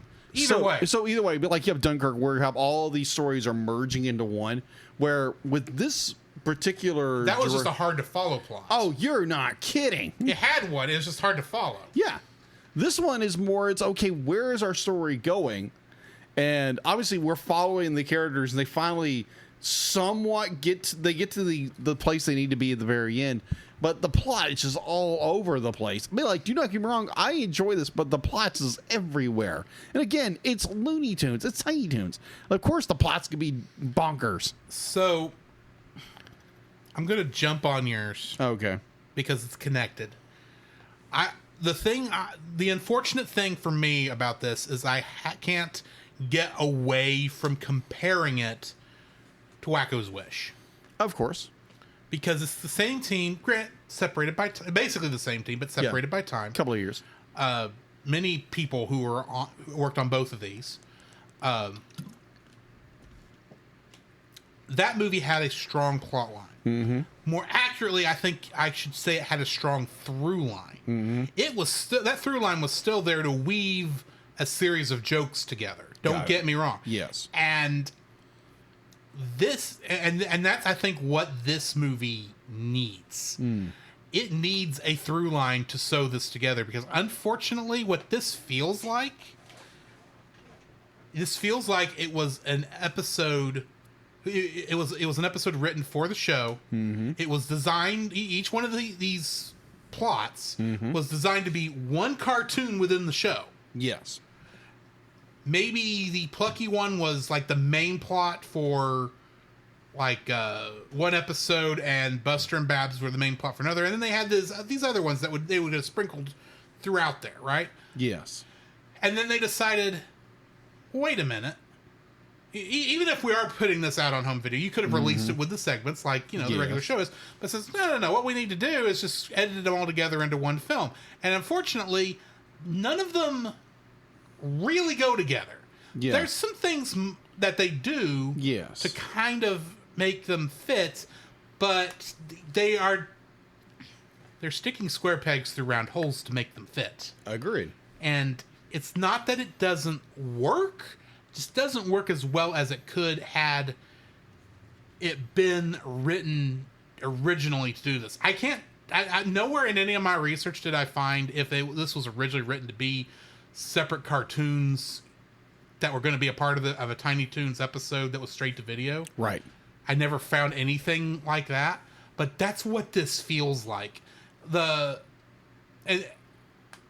are, like I said, there are a couple things they tried to do. Like they try to transition from Plucky in the desert to Shirley on the beach by having Plucky send a letter to Shirley, and then nothing comes of it. Yes. So it's like, why did we bring that up? Because that's obviously, that story never has anything ever to do again with Plucky's journey. Yeah.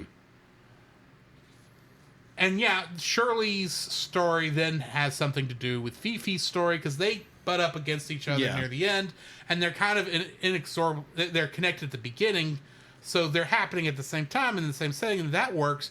But then you have Elmira's story, that had a connection to Buster and Babs at the beginning, but that's just to give an excuse why she's going out and looking for a kitty in the woods now. And then she happens, someone thought, oh, how are we going to end this Fifi story up? Let's just let Skunk Hunk, whatever his name is, get caught by Elmira, and Elmira thinks he's a kitty. That would be funny. And that is funny, don't get me wrong. Yeah. But that feels like it was like, how do we get out of this? Let's do this. Yeah. The Plucky story, I feel, is the only one they thought out from beginning to end. How do we get Plucky from here to Happy World Land and back again, and with all the jokes? It's the only one that feels thorough. Yeah, it feels like it's a complete story. Buster and Babs' thing, their water fight at the beginning is an entirely different cartoon from the rest of their journey. Oh, yeah, agreed. It is. That could have been an entirely different segment. Yeah, it provides their intro into what they're doing, but it can be an entirely different segment, and they don't know where they're going with it half the time. Yeah, exactly. There's a reason Buster... It's a meandering plot. I don't remember if it's Buster or Babs who say it, but when they go find the plot hole, which admittedly, there is a in-universe reason why this works, and it's not just cartoons. Right. I think it's Buster says, I wondered how the writers were going to tie all this back up. Yeah. Because I had no idea how they were going to tie it all back up. Right. It made no sense where they were going, because they were, as far as we know, still over 1,000 miles away from Acme Falls. It's not Acme Falls. It's Acme Acres. Acme Acres, yes. I don't know what Acme Falls is, but that sounds familiar. Yes. But they're 1,000 miles from Acme Acres. How are they going to get back in time for school the next day? And how does this river go from what is presumably a West Coast town to the southern United States? They never go up a mountain. No, they don't. Never. They never go up a mountain. The water doesn't work that way. I know what you're saying, Drew. This is a cartoon. It's using cartoon logic and cartoon physics. Granted, I will grant you that. It goes where plot needs it because it's just trying to be funny. The problem with that is this is supposed to be the same universe all of the Looney Tunes shorts take place in, or at least where the Looney Tunes characters, same universe the Looney Tunes characters made the original cartoons from, right? That's the entire shtick of this, because the entire shtick of Tiny Toons is that these characters, the Tiny Toons, are learning from their teachers who are the Looney Tunes, presumably at a later date to take over for them and be the next generation of cartoon characters. That's the shtick of this show. Yes. So obviously they're taking place in, if not the same universe as the original cartoons, in the universe those cartoons were made in, and those original Looney Tunes cartoons are more believable than this movie is. Now, I don't remember how the actual Tiny Toons show went, so I could be reading a ton more into it. But it's just, in my mind, it feels like this is not as... The world building here is a little sloppy. It is. I agree. I admit it's meant to be... It's sloppy because it's meant to just be a comedy, and to quote Terry Pratchett in the map sections of many of the early Discworld novels, you can't map a sense of humor. Got it. However... I will be more impressed if you actually make a universe and follow the rules and then make comedy based off those rules. That tends to be better for me. I think that's why Animaniacs works, because even though they are making meta humor and all these other jokes. These are all meant to be modern cartoons that they're making. Yes. That's why they have stuff where they go back and mess with Leonardo da Vinci and Noah and all these other people. The Tiny Toons are still in school. Yeah. We're not seeing them make cartoons. We're seeing their adventures in school. So I understand they're using cartoon logic, and admittedly, my defense of the plot hole, which I know is on your list somewhere, of dislikes, and I'm going to go ahead and defend it now. Okay. So I wanted... The plot... Let me just get this out of my... Go for it. The plot hole goes through Wacky Land. Okay. Wacky Land is the home of Go-Go the Dodo.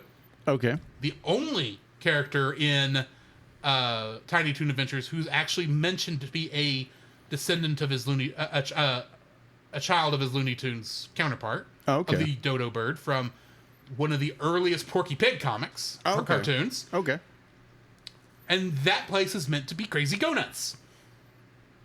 So since they find a plot hole that takes them to Wacky Land, I have to let it go. Because it's meant to be nonsensical when you get there. Okay, it makes sense. That's the only defense I have for the plot hole. I grant it, I have the same issues you probably do with it. But that's the only reason I let it go. Okay. And it makes sense. Your second dislike. Well, I'm going to jump into something you said, because you accidentally called Acme Village, or Acme I called Valley. Acme Acres, Acme Falls. Yeah. And I'm not sure what I'm getting Acme Falls from. So the Wikipedia, or fandom.com, is Acme Falls is the fictional village in Wacko's Wish. You're welcome. That is funny. Yes. I hadn't put that together. Yes. Oh my gosh. Okay. Yes. Hold on. Let me get to my notes. They're a lot easier this time ever since I have a new pad. So, all right. So, okay. We mentioned plot and direction and length of this movie.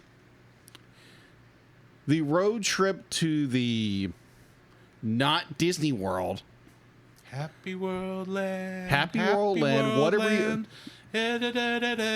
Happy World Land. Yeah, whatever you want to call this. Be like, they're going to Disneyland. Six Flags Under Flushing. Yeah, Six Flags Under Flushing. What have you. The amount... Because it takes, I think, one of our live viewers, I guess you would call them? That's all we've ever called them is our audience. The chat. Yeah, the chat. And the chat said it's like 3 months. Like, be like normal, like you get at school. It's like summer's about 2.5 to 3 months. 2.5, 3 months. Generally in pop culture. Not necessarily around here, but in pop culture, yes. Summer is from Memorial Day to Labor Day. Yes. And that is an easy border. Agreed. So you're looking at 3 months, what have you. So it takes them almost the entire summer, to get to this location. With all the hijinks and everything like that, I get it. Well, it takes them, because they get back in record time. Yeah, exactly. They get back, and it's like, did the father punch in the hyperdrive and punch it all the way back to Acme? Acme Acres. Acme Acres. Like, did that happen? Because it should have taken them like another 3 months to get back. If we're talking that length of time. Do you remember when we reviewed a Goofy movie? Like, yes. And you remember how Goofy was intentionally making stops along the way? Because he would spend more time on Max. Elongating it. Yeah. And then I suspect it was always going to take them longer to get there than to come back, because they were doing all their stops on the way there, and then once you get to your destination, you just drive home. I don't know. It's an idea. I agree. Granted, we never saw them make a stop. No, they did stop. They stopped for one bathroom break. And one place to get water. Nope, that was the same place. That was because they were sanitizing it, which is why Plucky didn't go in there. And he was trying to get a drink of water from that water fountain, and they came out just as he finally got a drip to come out, because after it sprayed him down. Yes. Yeah. So yeah, just That wouldn't stop. They didn't stop whatsoever. And so you have this allegedly 2.5 month road trip to this theme park, and it takes you half the time to get back. Now, I understand, like, if you're stopping and if they would have stopped and did the touristy things and that kind of stuff, we don't see that. No. So it's just like plot convenience and that kind of stuff to get back in time. It's just a little if timey-wimey thing. If we'd have seen them stop and see, like, stupid...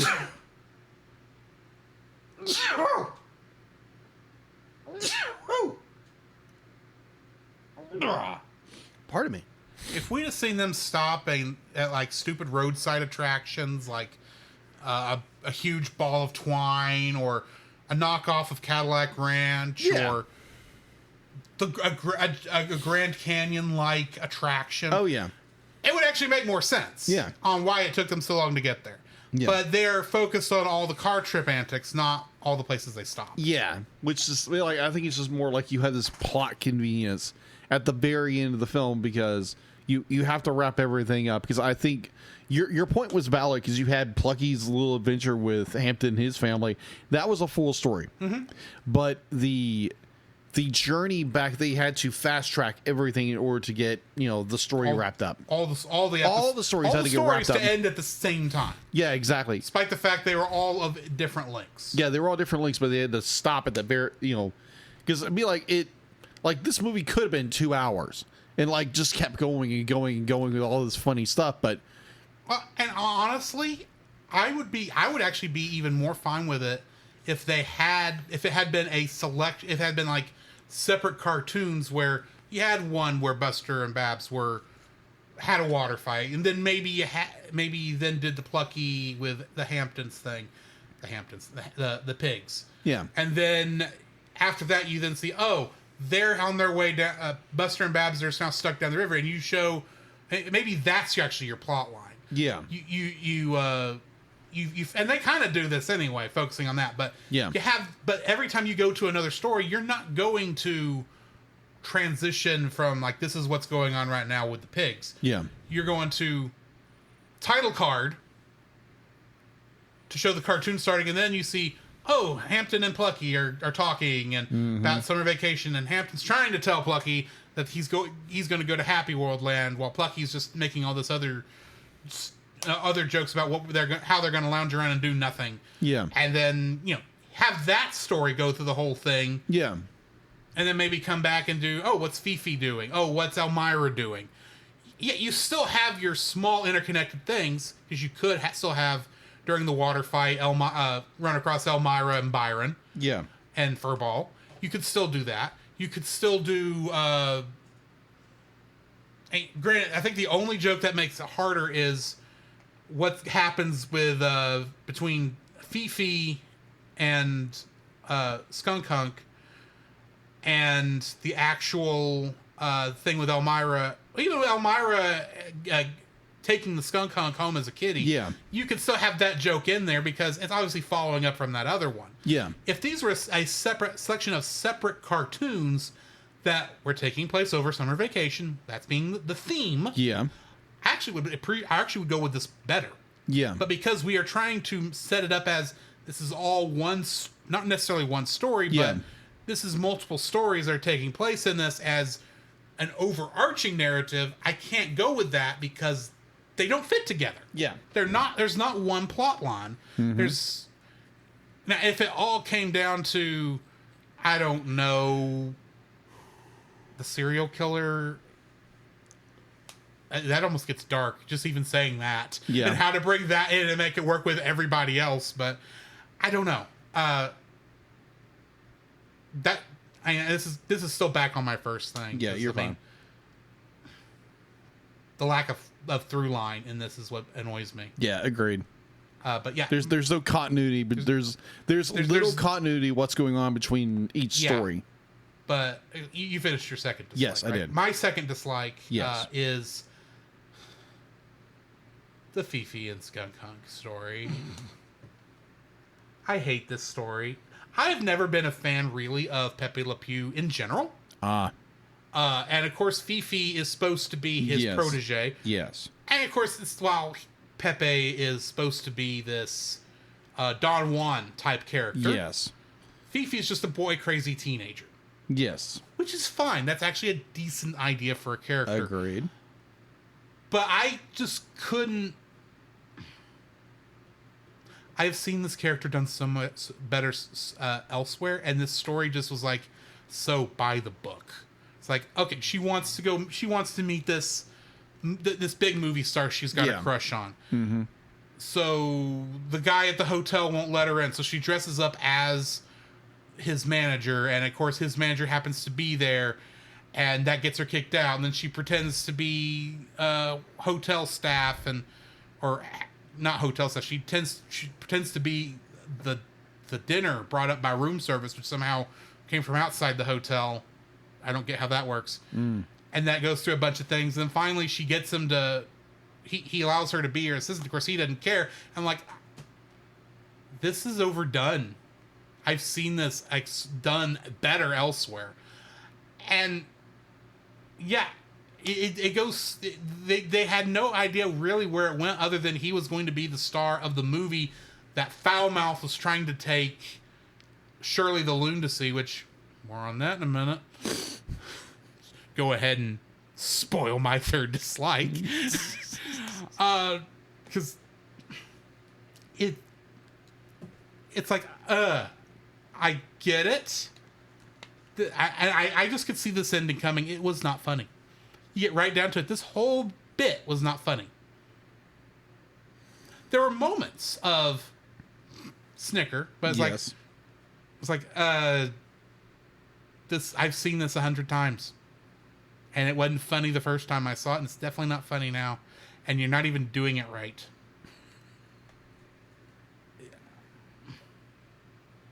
I don't know. It's just a character. It's a character trope. I don't.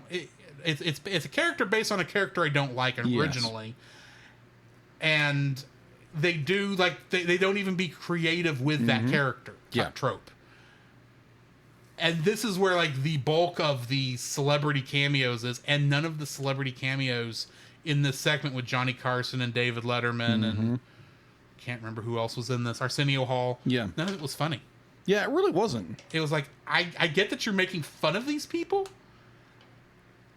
and admittedly, I don't remember what these people were like at the time. But I definitely can't imagine me in 1992. This was 92, right? 93. Can't imagine me in 93 even knowing who Johnny Carson is. I know who he is now, but I didn't know who he was then. I didn't know who Arsenio Hall was then. I may have known been able to pick out David Letterman.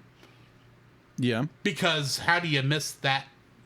That look it just stands out. Yeah. I didn't know who he was. I didn't watch Letterman. I didn't understand his. Oh, there was someone I recognized, Oprah Winfrey. Yeah. Everyone recognized Oprah Winfrey. I didn't want to see Oprah Winfrey, and even her bit was like, "What kind of tree are you, Oprah?" "I'm a weeping willow." That is so dumb. I agree. It is very dumb. But that whole... It's a bad segment. The whole Fifi LaFume segment is just ill thought out, and it feels like filler. Yeah. The whole segment feels like filler. And it's like, do something else, maybe? Actually write a good story. Cut this down and make it like a 40-minute episode. Yeah. Maybe? But air this on television? Put the commercial break here. At the same time, you still have to fill.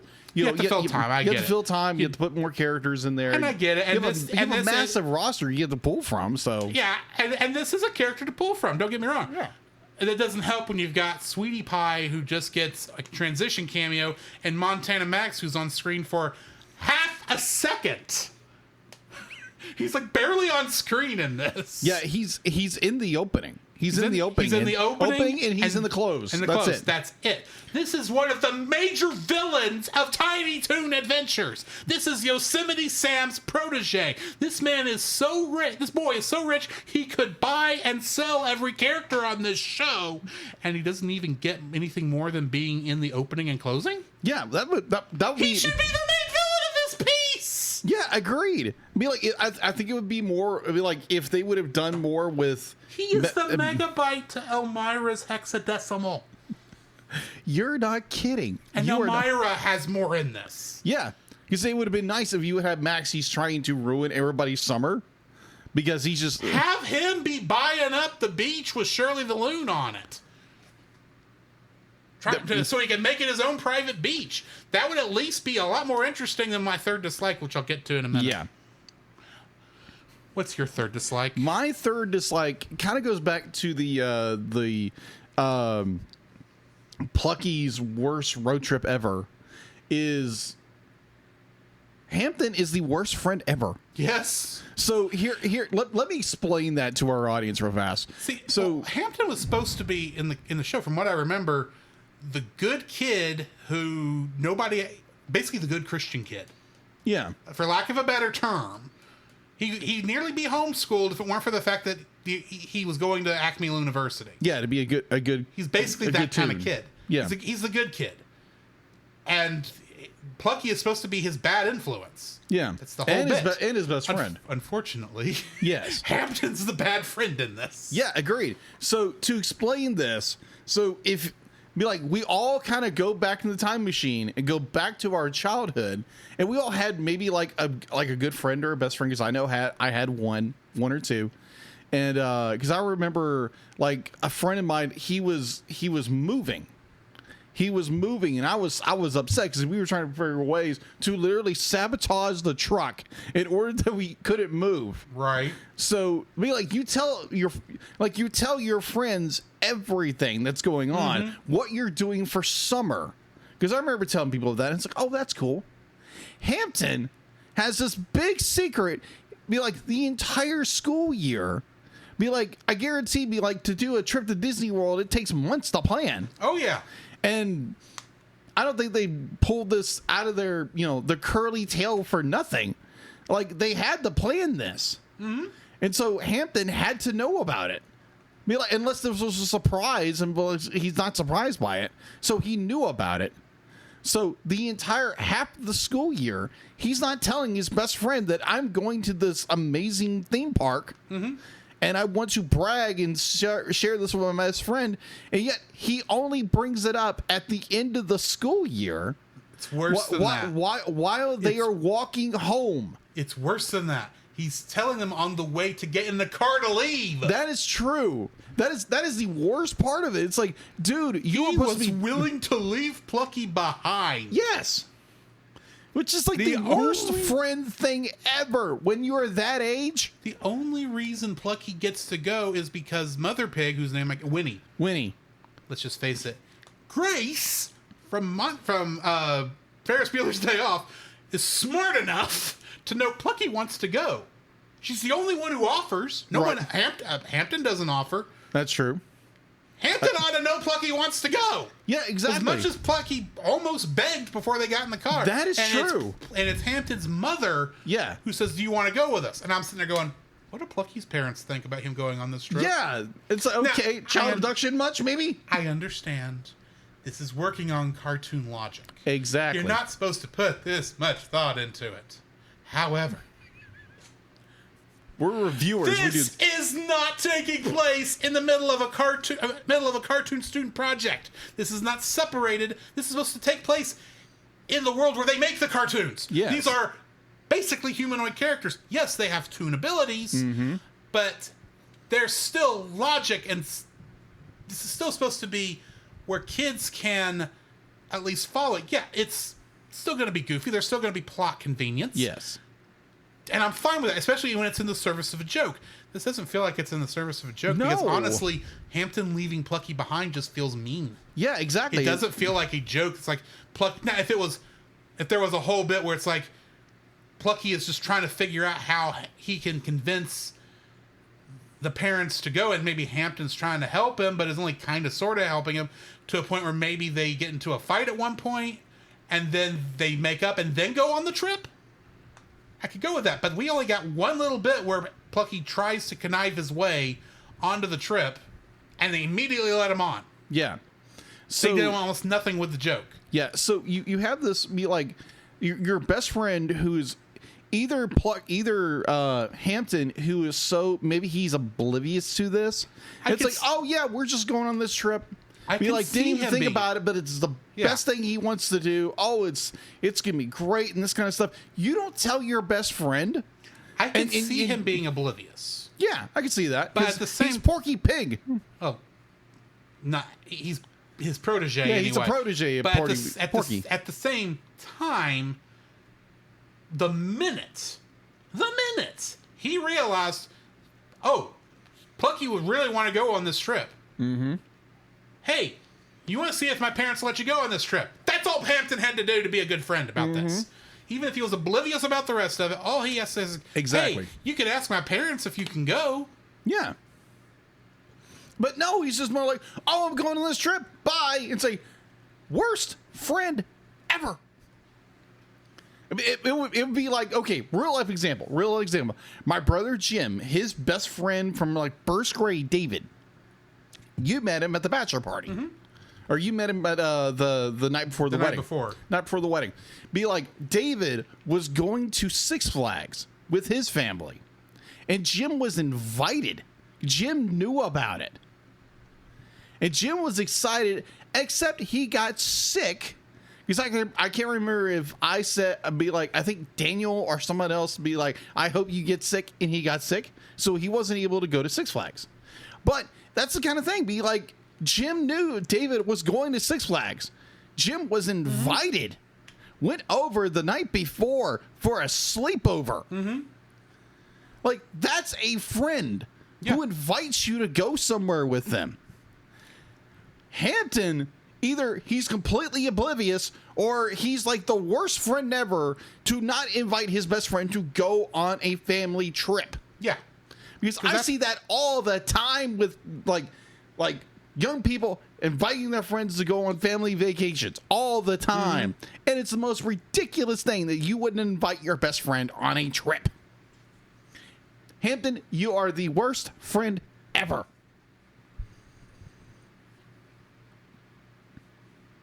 Just saying. We are getting way too deep into this cartoon, by the way. No, of course not. Third dislike for me. Yeah, third dislike. To move things along, because this episode is taking a little longer than I was expecting. Third dislike for me is Shirley the Loon story. Oh, gosh. Talk about a story that goes nowhere. First off, I had no idea who Foulmouth was at first. You know how long it took me to realize that that's supposed to be Foghorn Leghorn's protege? I realized it this morning! Trying to think about what am I going to like and dislike about this. And I was thinking, I have no idea who Foulmouth is. Oh, wait. He's Foghorn Leghorn's protege. And I think, okay, this Foulmouth, obviously, the joke's like, he's a bird, and he doesn't know how to shut up. Foulmouth. And I got to thinking, wait a minute, I think I vaguely do remember this. Wasn't this the episode where he kept getting censored because he was cussing? I think so. And this is the character who is going to try to ask out Shirley the Loon? Mm-hmm. Now, granted, I don't remember the character Shirley the Loon that much. I don't know whose protege she technically is besides Daffy, maybe? Mm-hmm. Because I don't remember a direct connection for her, other than she's obviously a parody of psychics from that time period, like Shirley Dimple? No, there's an actual psychic. There was an actual. Well, I say an actual psychic. You know what I mean? Yeah. There was like Shirley, something else. Anyway, doesn't matter. And he's just wanting her to go to the movie with him, or he's just wanting to go to the movie with her. I'm like, and that's like a whole thing. And then she's talking to Dizzy, and you get the whole box look thing, and that's kind of funny. Yeah. But then that's like the only funny thing that happens in this with around Shirley until they get to the movie. You have the one joke that I remembered from when I was a kid, that being the movie theater sound promo, and the voiceover guy going, "The audience is now deaf." This was a joke I made for years. Uh-huh. I think I've made it on this show. You probably have. At one point. This is where I got my movie theater voice. Movie theater guy voice. Yes. Was from this bit that I barely remembered. that this is where it came from. And I remembered that, but the rest of it was okay. So foul-mouth is obnoxious. That's the joke. Mm-hmm. And yeah, I hate it when people talk during the movie and do the whole thing. It's like, oh, that's this guy, and then spoiling the movie. And I'm like, but this is not funny. Mm-mm. This is a comedy show. You already are. This is meant to be at worst for you to do this poorly and still be good. If you know what I mean. Yes. You should at least have funny jokes, even if the through line is as slack as it is in this. But the jokes in this section are in these multiple sections, because they know so little to do with this that they keep cutting back away from it to go do something else, and then come back, and it's just, Shirley, you gotta go to the movie with me. I was like, go away. I don't like you. This is both what I'm saying and what Shirley's saying. Yeah, agreed. Agreed. And I'm like, it's like bird, go flock right away, please. It's like, I've seen this movie a dozen times. And he comes up and says, and it comes up with the race, like, this movie is not intended for foul mouth. I'm like, then why'd you let him in? You know who he is. Yeah, I mean, like, I agree. I think it was more foul mouth. It's a transition between everything else. But it's not a good transition. No, it's not. It leads into the thing with Fifi LaFoon, which just makes that whole bit just blah. Yeah, exactly. For me, do something with the Wile E. Coyote and Roadrunner. Yeah, little Sneezer and Little Beeper. Bring them in here. Exactly. Do something decent with Go-Go. Bring Montana Max into this. Yeah. This whole thing with, first of all, like I said, I didn't remember who Foulmouth was. Do you want to know why I don't remember who Foulmouth was? He's not barely in the show, to my knowledge. I haven't seen the show forever. I hadn't either, but he didn't make that big an impact. Yeah. I remember who Montana Max was for the last 30 years. I've known who... I knew Sweetie Pie was basically Tweety Bird, and basically knockoff Tweety Bird, because all these characters are technically knockoff. Yeah. The main Looney Tune. Yeah. But they're also real original characters. I remember feeling sorry for Furball. Yeah, you're not kidding. I have no idea who cat. I have no idea who Byron is supposed to be, other than maybe the sheepdog protege. But as far as I know, this is the only thing he's been in. And I'm still going. I at least accept them for what they're doing, because they're even with what they're doing in their cameo appearances, they're at least those minutes are funny. But I don't care about Shirley the Loon and Foulmouth's Bad Date. I mean, I get why you did the short. That's a funny concept. You did it poorly. I don't, and you combine that with Fifi and Skunk Hunk. It just, yeah, it was just a moment where it's like, I was happy to see Elmira show back up. I want to put that in perspective, because Elmira is that character no one's supposed to like. You don't like her. You accept it for what it is, because that's her role in the show, but you're not supposed to like her. Yeah. There's a reason that's her. Well, do you know there's a Pinky Elmira in the brain? Yes, I remember that. It lasted one season. Yeah. There's a reason for that. Yeah. And it's Elmira. Because Elmira's a very annoying character, and she's meant to be taken in short bursts. But when you're happy to see her come back to take that evil skunk hunk away so the stupid story will be over, that's when you know you've done it wrong. Exactly. And it's the fact that and the Foulmouth Shirley date is all basically the same story, or at least the same setting.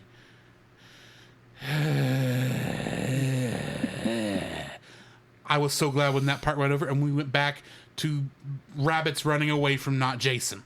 Yes. Or Happy World Land Monorail was about that point in the movie. Yeah. Because the movie literally just had 2 points. Because those points were funny. Yeah, they were. That was funny. And then we go back to Acme Acres on the beach with this stupid overtread story that obviously Paul Dini did not write. Exactly. I don't know what parts Paul Dini did right, but I hope he didn't write that. I suspect it wasn't that. No. Paul Dini probably But wrote honestly, something epic. having looked back at the writers, I don't know which one of these writers actually wrote this because honestly, they're all four better than this. True. But either way, Wow. we need to rate this film. Yeah. What So- are you rating it? I'm curious. I'm going to throw it back to you because I'm curious what your rating is. I'm giving it a 7. Okay. I really prefer Wacko's Wish over this. That's I think it's fair. a much You're it's an a much Animaniacs guy. I get it. and that's just a much tighter story. Even when it does the throwaway side jokes, it feels like it's in service to a central plot. Yes. This is not in service to a central plot, and worse, half the jokes in it aren't funny. And I will say this: when Wacko's Wish came out, I didn't watch it. I didn't watch it till many years later. Got it. Like, I didn't watch it until I happened to catch it accidentally on Cartoon Network when I was in junior high. Got it. That's the difference. That's the time difference there. Okay. And you want to know why I didn't go and watch Wacko's Wish? Why is that? I think I remembered this film and was afraid it was going to be. It was gonna I be was the afraid same- the format of an hour long in length was not able to support the comedy stylings, and that my appreciation of what Animaniacs does over what Tiny Toons does, and my preference was not going to be enough to fix it. You take my preferences out of the equation and just look at how well the stories are written. Yeah. Wacko's Wish is better, hands down. Okay. And I can't have a hard time not comparing it to that. And I think that's what really gets me about how I spent my vacation, is that there is no central story. It really should have been, if you were not going to have I would have preferred it be a separate selection of cartoons over this very poorly sewn together amalgamation of cartoons trying to be one movie. It just doesn't work in the way it is, and it doesn't even feel like they put a lot of work into making it work like that. So yeah, I'm giving it a 7 because there are parts of it that are funny, there are parts of it I enjoy and I like. Yeah. But there are parts of it I'm like, this could have been better. Okay. Fair enough. And overall, Wacko's Wish is a better film. Okay. I'm gonna go a little higher. I'm gonna give it 8 because I think Tiny Toons will be like where you enjoyed more of Animaniacs. I preferred more of Tiny Toons because that was me. That's where I grew up. I didn't have cable didn't have satellite until probably like the mid 90s. Well, both Animaniacs and Tiny Toons were on Fox. That is true. Never mind. We would have both watched it on Channel 17. That is true. Same Tyler station. Yeah, agreed. So the difference is 2 years. Yeah. Because you're 2 years older than I am. Yeah. And you would have been at the age I was appreciating Animaniacs. Yeah. You at that age for Tiny Toons was at its peak. Yeah, I was. That's the difference. Yeah, that's the main difference there because I appreciated more Tiny Toons than anything. So when Animaniacs came out, I know my brothers loved Animaniacs. I just never got into it. That's fair. I do appreciate it. I just never got into it like I did with Tiny Toons. So for me, I enjoyed Tiny Toons more. I enjoyed this movie more because it was like, oh my gosh, this is throwing back to my childhood. This is something that is archived in my mind of this movie. And the hijinks and I agree. There's no central plot thread through this film whatsoever that ties everything together. I think it would have made a more cohesive film. Definitely be able to trim the cartoon fat and made this more of a streamlined movie. It would have been better. But there again, you're dealing with Tiny Toons. You're dealing with the same writers who did Animaniacs. Yeah. So you're dealing with a plot thread that goes, oh, my cartoon, so blah.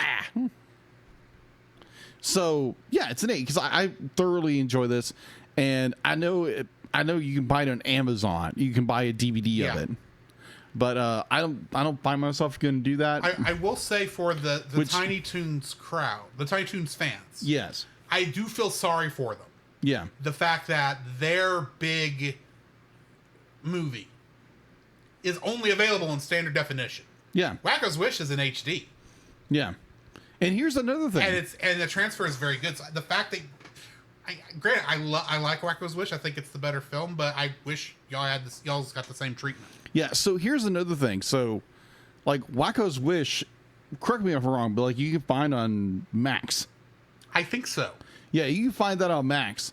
Where How I Spent My Vacation, you can only rent it. Well, you can rent it on YouTube also. Yeah, you can rent it on YouTube. You can find it on Prime, but you can't find it on Max. No. Which is the funkiest thing, because you can watch Tiny Toon Adventures on Max. I will admit, we talked about how maybe this aired as part of like season 3, like cut into episodes. Well, I didn't, because the Batman Superman movie we did was like that, where we only found it as like 2 episodes of Superman the Animated Series. Yes. I did not go through the Looney Tunes thing to look and see if this was like cut up somewhere. No. Like this was a original direct-to-video movie. I know, but if it was aired as a part of season 3 at a later point, it was. Then it may be like the Batman Superman one, which was also a straight to. Well, that's true. It could be put in there, and they didn't want to upload it twice. That's a possibility. I still would have preferred them separate. Not do it as the episodes, but do it as a separate movie. But what are you gonna do? Okay, so I didn't go look, so I don't know. Okay. So, like, maybe before we do our next movie, we can probably bring to our audience, it's like, oh, if you want to watch this on Max, if you have Max subscription, you can go find these episodes and actually piece the movie together. So, just a thought. Be like, I think that'd be kind of fun for our audience. And it's like, hey, if you actually want to watch this thing, be like, on Max, it's there. You just have to go find it. Because I think they split it between season 2 and season 3. I may be wrong. I don't have Max where I can easily bring it up. So Gotcha. Sorry. No. Yeah, no worries. Because I was thinking about that. I'd be like... And I just thought of that myself with the whole thing. Like, maybe it was like Batman Superman movie. Yeah. Where it's... Yeah, it's on Superman Adventures. It's part of the Superman show. But anyway, next week. Yeah. It's your pick. Yes. This was technically my pick. Yeah. That's what's funny. Yeah. We are reviewing Balto. Yeah, we're using Balto. I've seen the movie a couple times. I have never... no, correction. I've seen the vast majority of this film, but I haven't seen... Never in one go? Never in one go. I've seen it like 1 or 2 times. In every instance, it's because it came on Cartoon Network. Yeah. I never have sat down and watched it like front to back intentionally with no commercials. So, well, I'll probably still watch it with commercials considering where I'll be watching it, but you know what I mean. Yeah. Not cut for time. Yeah. I bought I think it was one of these 3-pack things at a garage sale. I think I bought it at. And I was like, oh, Balto. I've never seen this. So I have a physical copy of Balto. Nice. So I don't know where you can stream it. I'll look it up in a second. I'll look it up. I'm sure I can find it somewhere. It's somewhere. Either you're renting it or it's streaming somewhere of service. We have the few times we've had trouble finding something. We have had ways. Yes, we've had ways. So let's go ahead and talk about. So yeah, we're doing Balto next week. Yes. Join us on the other side of the bumpers, and we will very quickly probably go through what we've been watching, the news, and our return of Spy Family coverage. Yes. But first...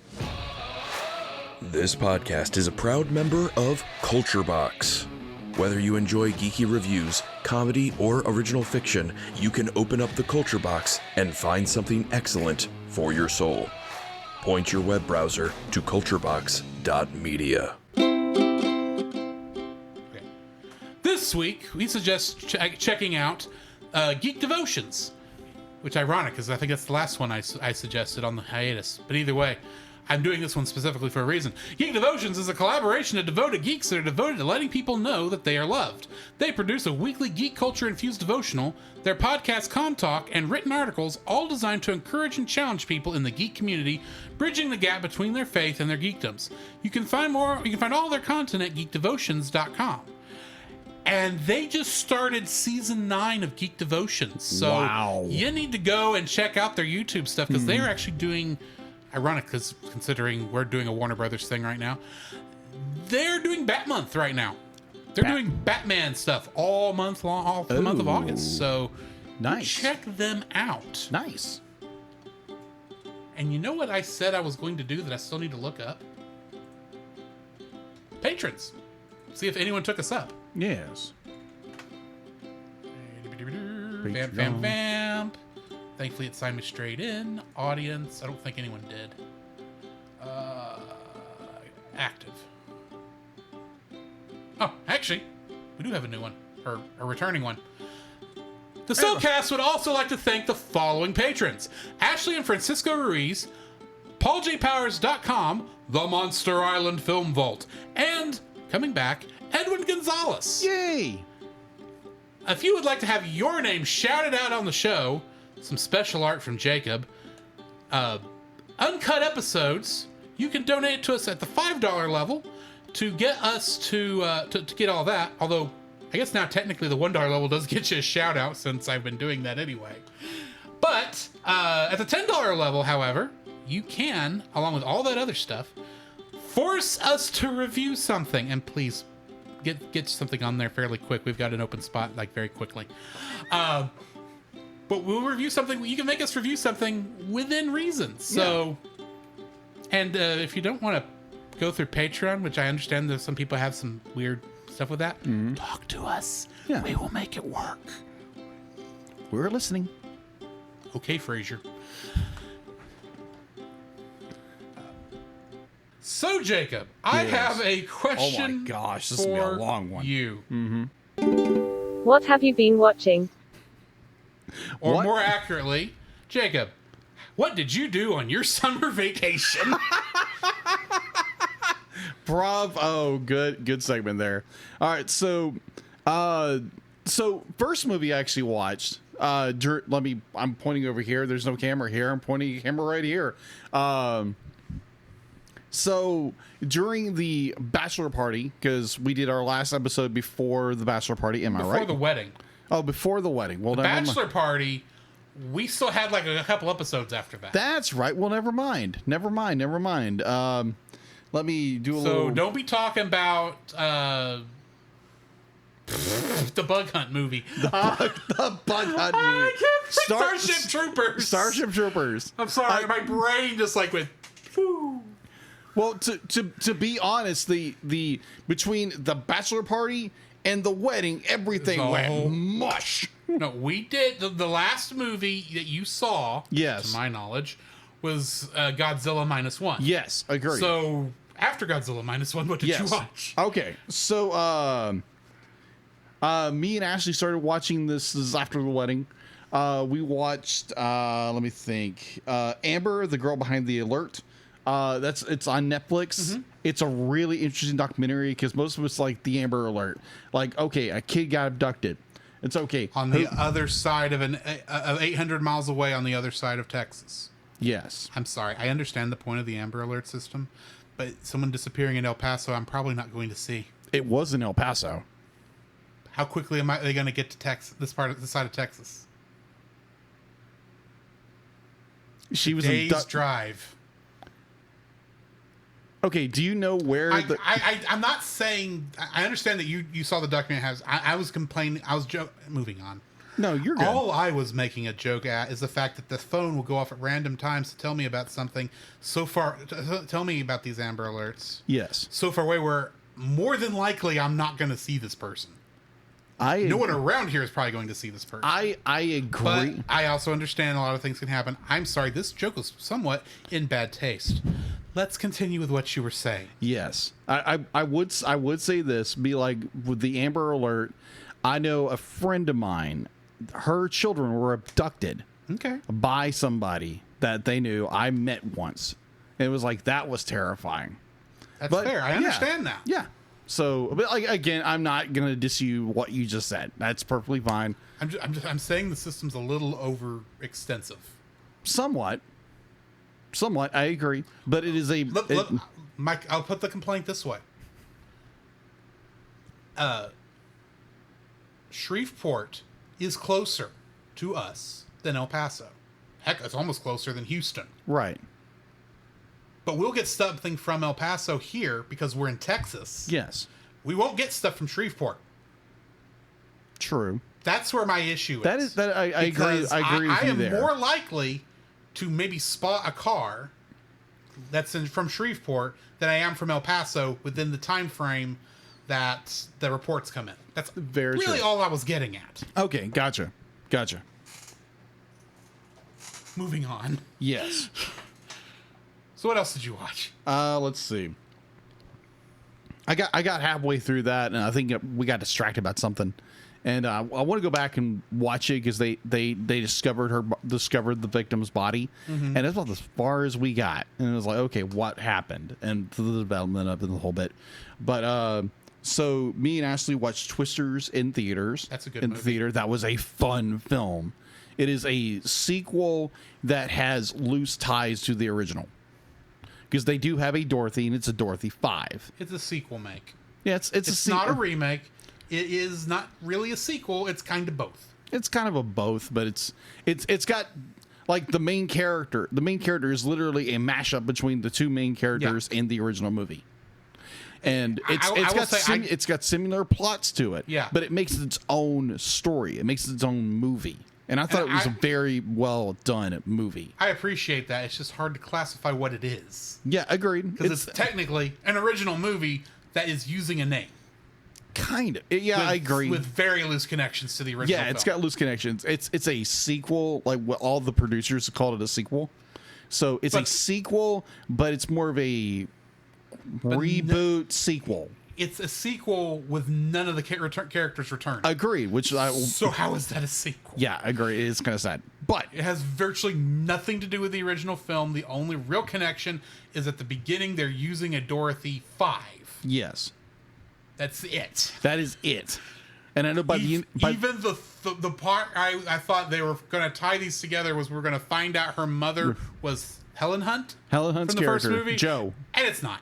Yeah, that was the most disappointing. I was like, really? You could not get Helen Hunt, who is still acting, to get in this film for 5 seconds for a couple of minutes to play a motherly role. Like it's a weekend role for you. I understand why Bill Paxton can't come back. Obviously. I understand why most of that crew can't those people can't come back. Although it would be funny to bring in what's his name that plays Cameron in Ferris Bueller that was in that one. The map guy. Yeah, him. It would have been funny to bring him in but just because like that's the only other person I recognize off when I watched the original Twister again. Yeah. But anyway. Yeah, so got back to the film. I think like a day later, we found that Twister is on Max. Mm-hmm. So we watched it there. It wasn't before that movie came out. No. Like apparently Max got a hold of it and it's like, oh, okay, we can make some money with this. Should have got that out before the sequel came out. Yeah, that'd been nice. That'd been really nice. Because I would have watched it in a heartbeat. The main reason I watched it before is my mom happened to record it off television. On her DirecTV DVR. I happened to visit. I think I have a DVD of it. I think, which I've always enjoyed Twister. Now as an adult and understanding more about meteorology, now there's a lot of stuff that they weren't 100% on in that first movie. Agreed. I still thought it was funny back when the movie was on Netflix. Mm-hmm. You know how in the upper left hand corner it tells you what the movie's rated when you start it and why it's rated that. The reason that Twister was rated what it was for severe weather footage. Severe weather footage. That's like, no duh. Why is this making it rated this? It's a disaster film. It's a disaster film. That's all you needed to say. Exactly. So, I'm trying to remember. Did I mention that I watched the Lost City? No. Okay. So Ashley, like even prior, her and her mother went and saw The Lost City. It is a movie with Channing Tatum and, come on, She's in a lot of stuff. Sandra Bullock. Sandra Bullock. Yeah, Sandra Bullock. It is a fun movie. It's got Daniel Radcliffe as a villain, and he just eats it up the entire scenes he's in. He's eating every scene he's in. It is funny. I was like, okay, this is a fun film. This is fun. This is entertaining. Let's see. And then, so we were looking around. I think it was on Disney Plus, Hulu. And we're just looking around for something. It's like, oh, The Sandlot. The Sandlot is, oh my gosh, yes. So we watched Sandlot. You're killing me, Smalls. You're not kidding. You know how hard it was not to make commentary on The Sandlot? The Sandlot is one of those films from our childhood that I probably shouldn't like because it's a sports movie. Yeah. Yet I love this film because it's like, hey, everybody watched it. I don't care who you were. You watched The Sandlot. Yeah. It's an iconic movie. It's an iconic movie. It's one of the few shirts that I own that is a sports shirt. Yeah. Is one that's got the whole team on there with the dog. I can't remember the dog's name. The Beast. The Beast. The Beast. And it just says, "You're killing me, Smalls." It's like one of my favorite shirts. And I'm like, it's the only baseball shirt I have. Well, that's not Star Trek. Yeah, agreed. That's not geeky in other ways. Yeah, agreed. So, be like, watch that. Loved it. I was like, wow, because they have viewings this all over the place. I think it was like the 30th anniversary of this film in the last couple of years or so, which would have been fun to watch in the theater because that was so much fun. Let me think. I watched Kung Fu Panda 3 because I was looking for a movie and I was trying to catch up with this 200 movie. There was no way on earth I was going to do it. Yeah, I gave up. Yeah, so I watched that and it was like, I gave up on the bachelor party when I fell asleep during Starship Troopers. Fair. It's like, at this rate, I'm not going to win, so I don't care anymore. Fair. So, I think at this point, I think once the 200 thing is finally up in a month, I'm going to make a group that says, I don't care how many movies you make it through. Just post what you're watching. That's new. Yeah. That's all I want to know. Yeah. So, here was one that I did not expect to enjoy. So, most of us remember CSI, the TV show that spun off to a billion other shows, right? I'm aware of it. Okay. Yeah, exactly. So, apparently in 2022, they rebooted it in a way. They made it CSI Vegas because it was originally set in Vegas. Yeah. And they brought back a couple of the original actors. And it was like, I remember Ashley was watching it. I was like, wait a minute, what is this? And it's like, oh, this is CSI, but it's CSI Vegas, the new show. It's okay. It lasted like 2 seasons. It ended last year or something like that. But I was like, okay. So I watched a couple of episodes. Okay. It's like, I remember this character, this character, this character. Who's this new cat? Oh, okay. They're kind of cool. So I watched that. I didn't actually watch the show because that was one of Mama's Slice and Dice shows. Oh. That and CSI Miami and CSI New Orleans. Oh, gosh. That being said, when we went to New Orleans, I figured out for my mom where the exterior of Scott Bakula's bar was. And we walked down and got her a picture in front of it. That's NCIS. My bad. You're fine. It's NCIS. They all run together in my mind because it's fair. All the same thing. I know there are differences, but they're basically the same thing. Fair. So the last bit of things I watched, I actually watched it last night. So our dear friends over at Geek Devotions, Dallas, he posted about their review of Batman: The Cape Crusader. I was like, I remember that was coming out. I remember seeing advertisements on social media that it came out. I remember seeing an article that the Penguin was going to be female. Yes. That's about all I know about it. So this thing, oh my gosh, this is good. This is freaking good because, I've been like, oh my gosh, because I was like, you know what? Be like, I'm going to watch the first episode. I'm going to watch the first episode on Amazon Prime Video. And I'm like, okay, this is interesting because it's kind of, they do this like detective noir, gritty gangster, like they set it back in the 30s and like more like the 40s, and it's so freaking good. Like they bring in Commissioner Captain Gordon and his daughter Barbara, and like the Penguin. Oh my gosh! Like, okay, they gender swapped the character. Okay, that is I don't care about that as much. Yeah, that's perfectly fine. Multiverse, I can accept it. Yeah, exactly. That's perfectly fine. The thing is, be like, not to get into it, is oh my, like they initially they wanted Bruce Timm to go back and reboot or continue the Batman the Animated Series, and Bruce was like, been there, done that. And plus, that would like completely mess up that entire universe. Exactly. So you might as well start over. Plus, you don't have Kevin Conroy anymore, and Mark Hamill's not returning without Kevin Conroy. Exactly. So you might as well start over. Yes, but what they did, oh my gosh, it's like there's one scene where they lock a character in a box and drop them in the water, and you don't see them again. And so there's one scene where one character is going along the bottom of the river, and all you see is boxes all over the place. I'm like, Jiminy's, this is a dark character. I was like, oh my word. Because I'm watching this, okay, characters going along the river. And all you see, it's like, and then you see a hand being out of a box. I'm like, oh snap. It's like, this Penguin's dark. So you're saying it's a bit rough of a show.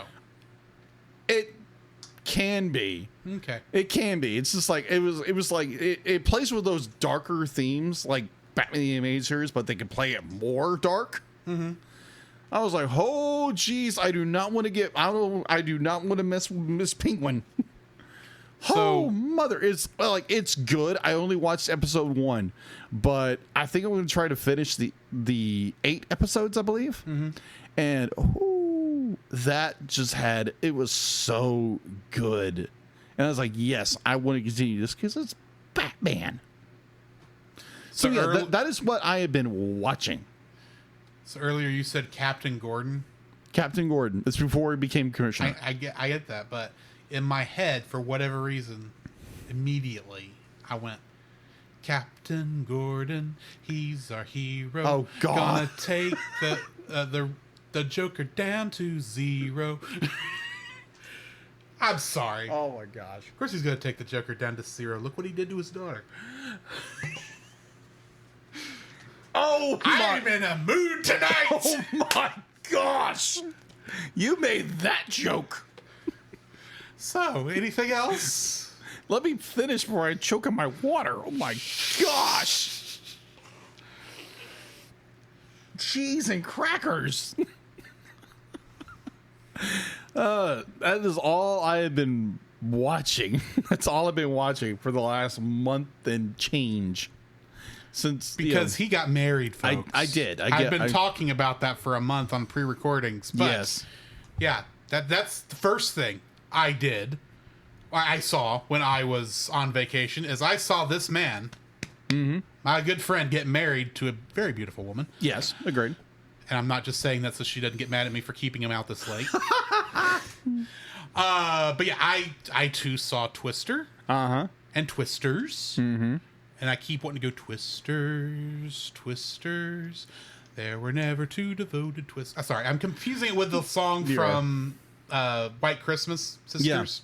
That's what keeps going through my mind. Yeah, exactly. But anyway, I saw those 2 films. I then went and saw Inside Out 2. Yeah. Because I wanted to go out and watch a movie. And let's face it, I had the time. Yes. And then I saw a certain maximum effort film.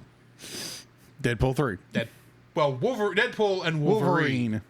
I did see that. Also, TV show wise, I didn't watch a whole lot of TV shows, but I did this week start rewatching a classic animated sitcom from the early 2000s from the creator of Beavis and Butthead, of all things. Teen King of the Hill. Okay. I remember you mentioning that show. It's Texas the anime. Yes. You want to know why I say that? Why? What is the biggest complaint anime fans over here, biggest debate anime fans over here have about watching anime? It's dub or sub? Yeah. Do you know that in Japan, they have the same argument, same debate over King of the Hill? Really? Yeah, if it's better to watch it subbed or dubbed. Wow. Okay. It's jokingly been called that. That's why the whole I showed you the King of the Hill Evangelion opening before, haven't I? You have. That's where that concept came from. Oh, okay. Is King of the Hill the anime? This is not an original idea. Okay. The Texas anime.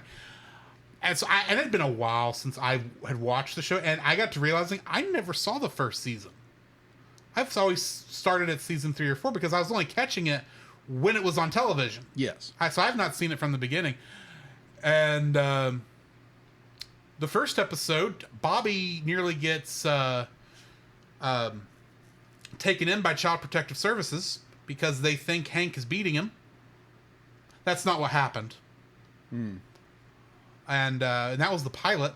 And the second one, Peggy, the mother, her being the substitute teacher of the year from 1996, gets shanghaied into having to teach the sex ed class at Tom Landry Middle School. Okay. Well, you know how some of us some of our parents were about that kind of stuff when we were kids. Yes. A little awkward discussion to talk about, and she's having to figure out how to do this, especially since Bobby's gonna be in that class. Yeah. That's not awkward at all. No, it's not. Birds and the bees discussion. And this is the second episode. Okay. It's like, yeah. Now, I will say, this is not a show we would ever do on TAS. Merely because of length. Because it's 13 seasons. Yeah, no. So yeah, we're not doing that on that. But I'm enjoying watching it because it is kind of funny to watch, especially looking back on it, because I did like this show, at least the seasons I saw. I know later on there's some characters that get introduced I don't like, but yeah, there is that. Also in the time period, I started rewatching one of my favorite animes, legitimate anime this time. It is a romantic comedy. It's not a love triangle. It's not a love rectangle. It's a love tesseract. Everyone's in love with somebody, and they're not all in love with the same people. What is this? School Rumble. Oh, okay. Our main character, Kenji, is in love with Tenma. Okay. He is a hooligan. And Tenma is the only reason he went back to school. Mm-hmm. Because he's so in love with her and wants to spend so much time with her, he went back to school so he could go to school. He could be in class with her. Right. Which is kind of a sweet story. Fair. She is oblivious to Harima's affections because she's in love with Karasuma, a quiet boy. Okay. Who is kind of an oddball. Okay. He is completely unaware of Tenma's affections because he's weird. Okay. He's not like, I'm not saying he's like into other types of people. Mm-hmm. He's in love with somebody else. I'm saying this guy is weird. Like in every sense of the word. There's an episode where Tenma has this very good idea of waiting until he's ready to go home so that they can spend some time underneath an umbrella, because that's very romantic, right? Right. He's not able to do that because he brought a what they call in the thing a rain costume, which is basically a raincoat. I don't know why they translated it this way, but they did. Mm-hmm. They did it because of the joke. So she's like, "Oh, well, even though you're in this rain costume, we could still do it because still both sit under this, walk home under the umbrella because it's fun." And she turns around and he's dressed as a kappa, a Japanese water imp. Okay. And that's how the episode ends. Just was like this look of the rain falling down, and he's just standing there dressed as this water imp, and it's like, what's going on? And then he just leaves. And that's the end of the episode. Okay. And it's funny. Trust me, it is one of the funniest shows I have watched, period. It's one of the few anime comedies that's not brain rot. Okay. That actually is funny without knowing Japanese. Okay. Because, a lot of times the anime comedies don't translate. Fair. This one translates because it's just... It's understandable. Okay. But there's a lot more to it. I'm not giving it a good sell, but it is still one of my favorites. And it's one of those that's going to get harder and harder to find once it falls off Hulu. Because it's still not on Crunchyroll.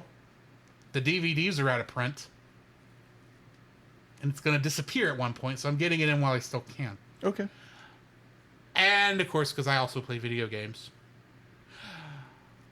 The week after you got married... I remember this. Early access for Dawn Trail, the next expansion for Final Fantasy XIV, came out. Yeah.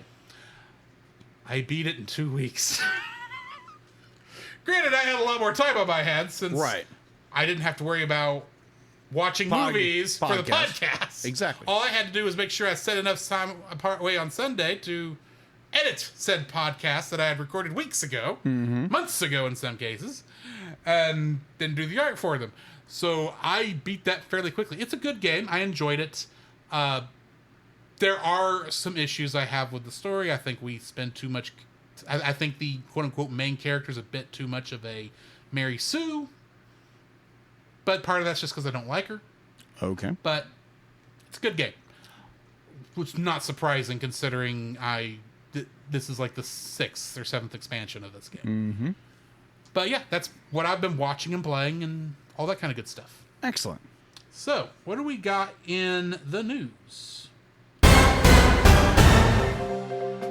The Cellcast News with your host Jacob Heron.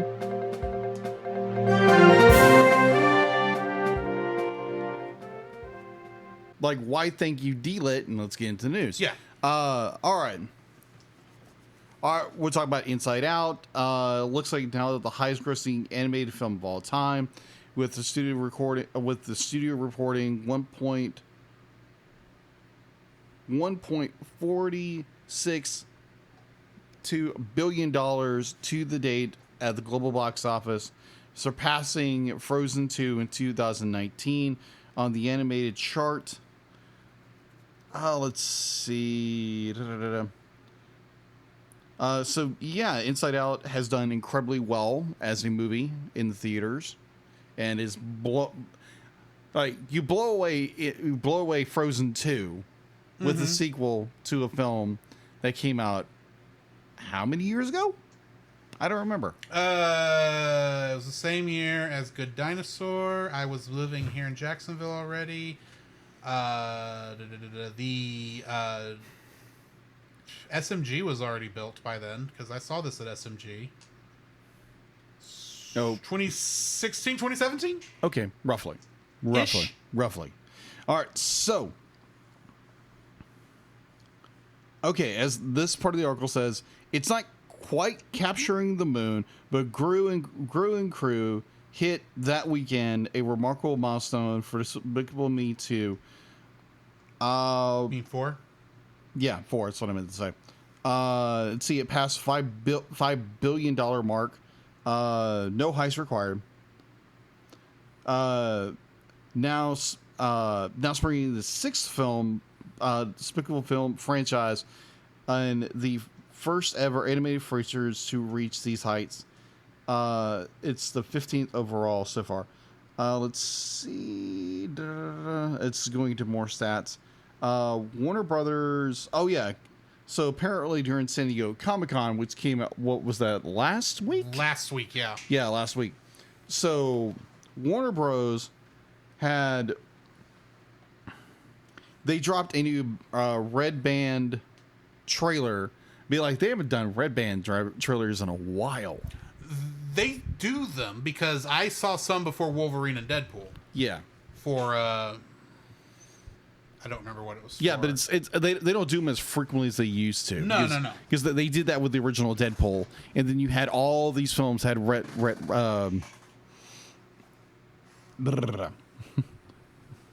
I just lost the word. Red band. They haven't done those in a while. They do. Yeah. They're not as frequent as they used to. And for those who don't so know, it was a more surprise to see that. I was Right. like, really? For those who don't know, a Red Band trailer is basically a trailer that does not have any censorship to it for a rated R film. Right. Because a lot of times, if you see a rated R film in a theater, or see the trailer for it in a theater, it might be showing in front of a PG or PG-13 film, and they still want it to be good enough that those people can go watch it, or can watch the trailer. Just like, But a Red Band trailer is like completely uncensored, so it's basically a rated R trailer. Yeah, they're rated R trailers, and they're primarily online. Be like, you might see them on. You might see them in a theater, but you might see them in theater. You'll probably never see them on television. Because they do have to be careful where they show them, because they Yes. don't want kids to see them. Yeah, exactly. So they showed a Red Band trailer for the upcoming Watchmen animated series, a rated R. This project is rated R. It's going to roll out in 2 parts and featured cel-shaded animation from Warner Brothers Discovery Home Entertainment.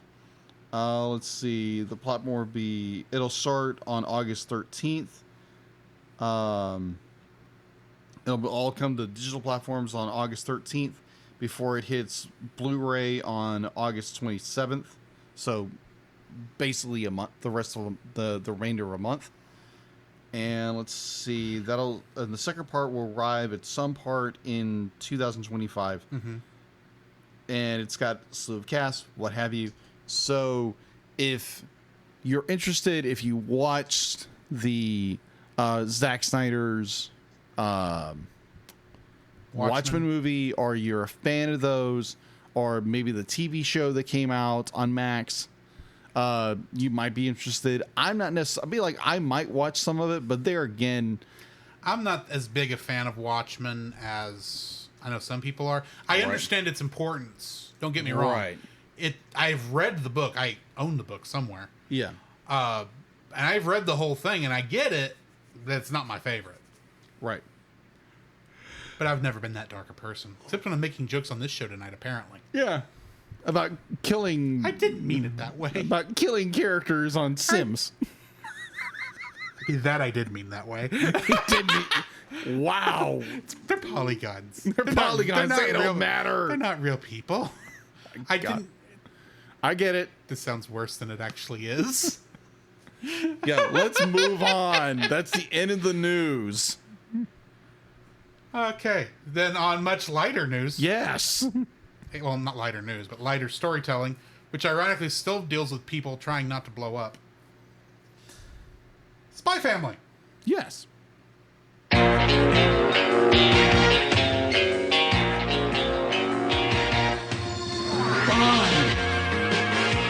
James Bond Jr. Impossible. Call me Big Man if you wanna reach me. When you wanna page me, it's okay. The man called Flintstone. What an agent, what a squirrel. He's got the country in a whirl. What's his name? Shh, secret squirrel.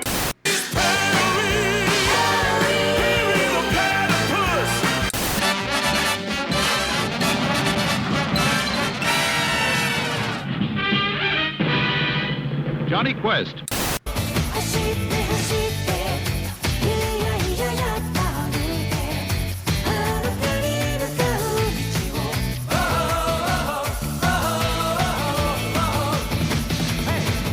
Anybody want a peanut? That still cracks me up. It's been 2 months. Agreed. Episode 13, Project Apple, aired October 1st, 2022, directed by Yusuke Kubo and written by Honoka Kato. This is the beginning of the Doggy Crisis arc. I'm not kidding with this name, by the way. Yeah, I'm not surprised. It's adapted from chapters 18 and 19 of the manga. In this episode, the thin veneer of peace between Ostania and Westalis threatens to break when terrorists plot an assassination attempt. The Forger family is thrown into mayhem while searching for a dog searching for a dog to adopt. This is the first episode where we see Keith Kepler, who is played by Clifford Chapin in this episode. Trivia. This is the first major appearance of Mr. Doggy, as he's referred to in this episode. I will use his real name when his real name is revealed, even though we all know it by now. Some of us do, some of us don't. Right. Not everyone's watched the series. This episode features a brief scene of the Forgers having breakfast before heading to the pet shop, which was not present in the manga.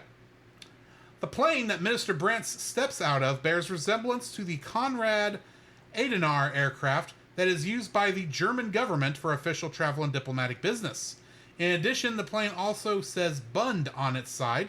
Bund in German means federal or federation, implying that Weststalis is a federal republic like its real-world counterpart of West Germany. In this episode, the list of animals involved in the experiments is expanded. In addition to sheep, horned owls, dogs, eagles, dolphins, turtles, and apes shown in the manga, crows and pigs are also test subjects here, and the eagle and ape are clearly visible in the anime, but the turtle file has been replaced with the pig file. And that's all what I've got for trivia for this. What is your thoughts on this episode? Okay, so you have this... Besides the introduction of Bestest Boy.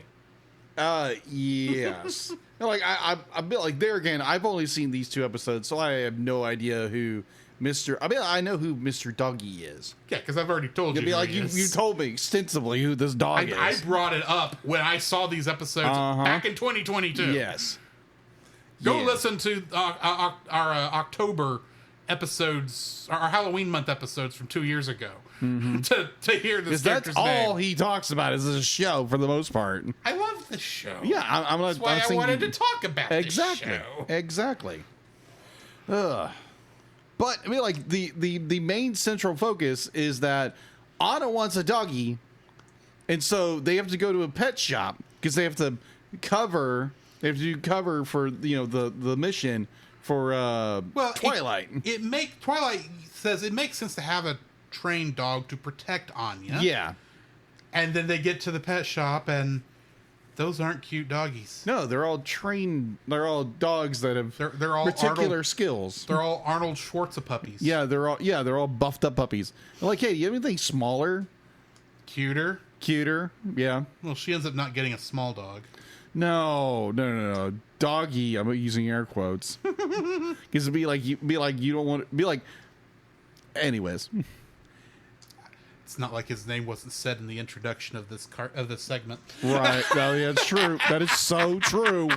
That is true. It's like being named her a certain special agent. Yes, that's 007. If you don't get that, wink, nudge, nudge. You have Anya is test subject 007. I didn't know that. I thought I mentioned that. No. But anyway. No. Yeah, her code name technically was Test Subject 007. I gotcha. So, like, the main focus, be like you have Anya and Mr. Doggy. And is this part of no, that's the second part of that episode. I'm trying to get where so you have this terrorist organization who is trying to blow up. They're going to try and kill this minister that's from Weststalis. They're trying to kill this. So that they can start a revolution. They can restart the war. Yeah, they restart a war, but and you have Twilight who gets involved with it. It's like we have to stop this plot, and I just find it even funnier because it's more center focused on Anya and her doggy finding, and then she finds this very big white dog, and it's like, oh, there's something special about this dog. I'm gonna go try to find this doggy, and then she gets herself trapped, and then Mr. Doggy helps her get away, and hijinks ensues about running around this block of buildings until he wears himself out, and he's kind of a scary scaredy cat in a way, in some capacities, but it's just the funny, it's not funny, but it's got a weird sense of humor to it. Oh, it's funny. Oh, it's funny. yeah. I agree. I agree. It is funny. It'd be like you have all these spies who are getting round up, and then the main guy. It's like, oh yeah, I'm gonna do this, and be like, I'm gonna do it by myself with this one dog, and that goes into the second episode. But this episode ends with what is the fake mother's name? Yor loses track of Anya, and she builds it up in her mind that Anya has been kidnapped to be forced into wedlock. Yeah, into a young bride thing, and it's like, oh my gosh, paranoia set in woman, and she goes bananas, and her assassination character kicks in. And she cornered at the very end of the episode. It's like, okay, Anya and the dog are gonna get it, and here comes Here comes Mama. Here comes Mama, and her freaking paranoia is gonna kill everybody. Which is great. I thought it was hilarious. Like, oh crap, they are dead. This plot is gonna go nowhere. Meanwhile, Twilight is off. He doesn't go with them to the pet show where she finds Mr. Doggy. Yeah, he's got a mission. And of course, his entire excuse for getting out of it to go do the mission is, I've got to go to the bathroom and I'm going to be there a while. I'll meet up with you. And then that comes back in the next episode. But yes, he goes back to the headquarters. And ends up talking to, pretending to be this leader to make the person they caught talk. Mm-hmm. And he spills the whole beans, as far as he knows. Yes.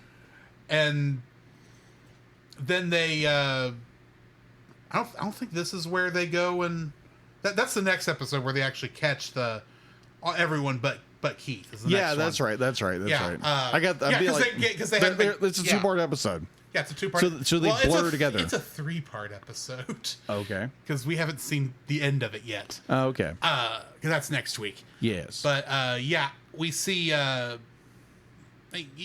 get Twilight's thing in this, and they do a good job of getting it from him by pretending to be the other guy.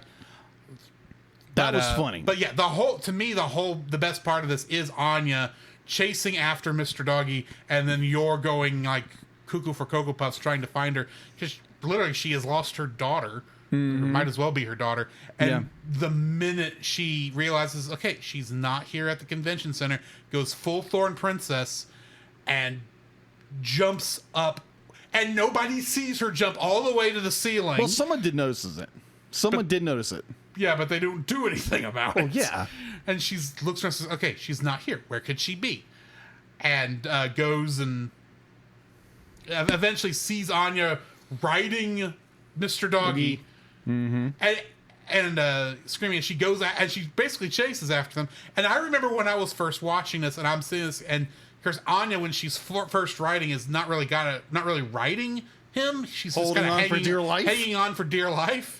And finally she gets onto it, and she goes into basically full I'm a super spy mode. Yeah.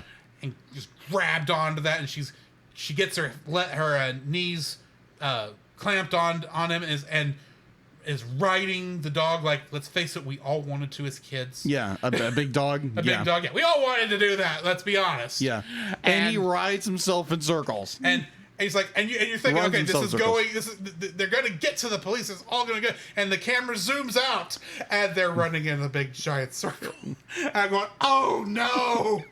They're going to catch on very quick. And they do. Yeah. And I'm like, okay, how are they going to get out of this? And then, of course, Yor comes up and kicks their tails. In the next episode. Then she starts here. But yeah, she really kicks their tails in the next one. Oh yeah, I thought it was a very good transition when you had Yor show up, and it's like, she says her line of, be like, I'm not gonna Anya's too young to marry you. Yeah, exactly, like that. And it's episode end, and then you get into the next episode where it's like Yor goes all a ninja, like assassin, and just all the dogs get kicked a whole bit, and just takes everybody down. And she has to pretend to be like, I just saw him, be like, this guy's bound and gagged in the whole enchilada. I'm like, dang, I'd be like, I get you're an assassin. Yeah. And you're trying to do this. And it's just the funniest it's oh my gosh, like Right. yeah. So yeah, the second episode.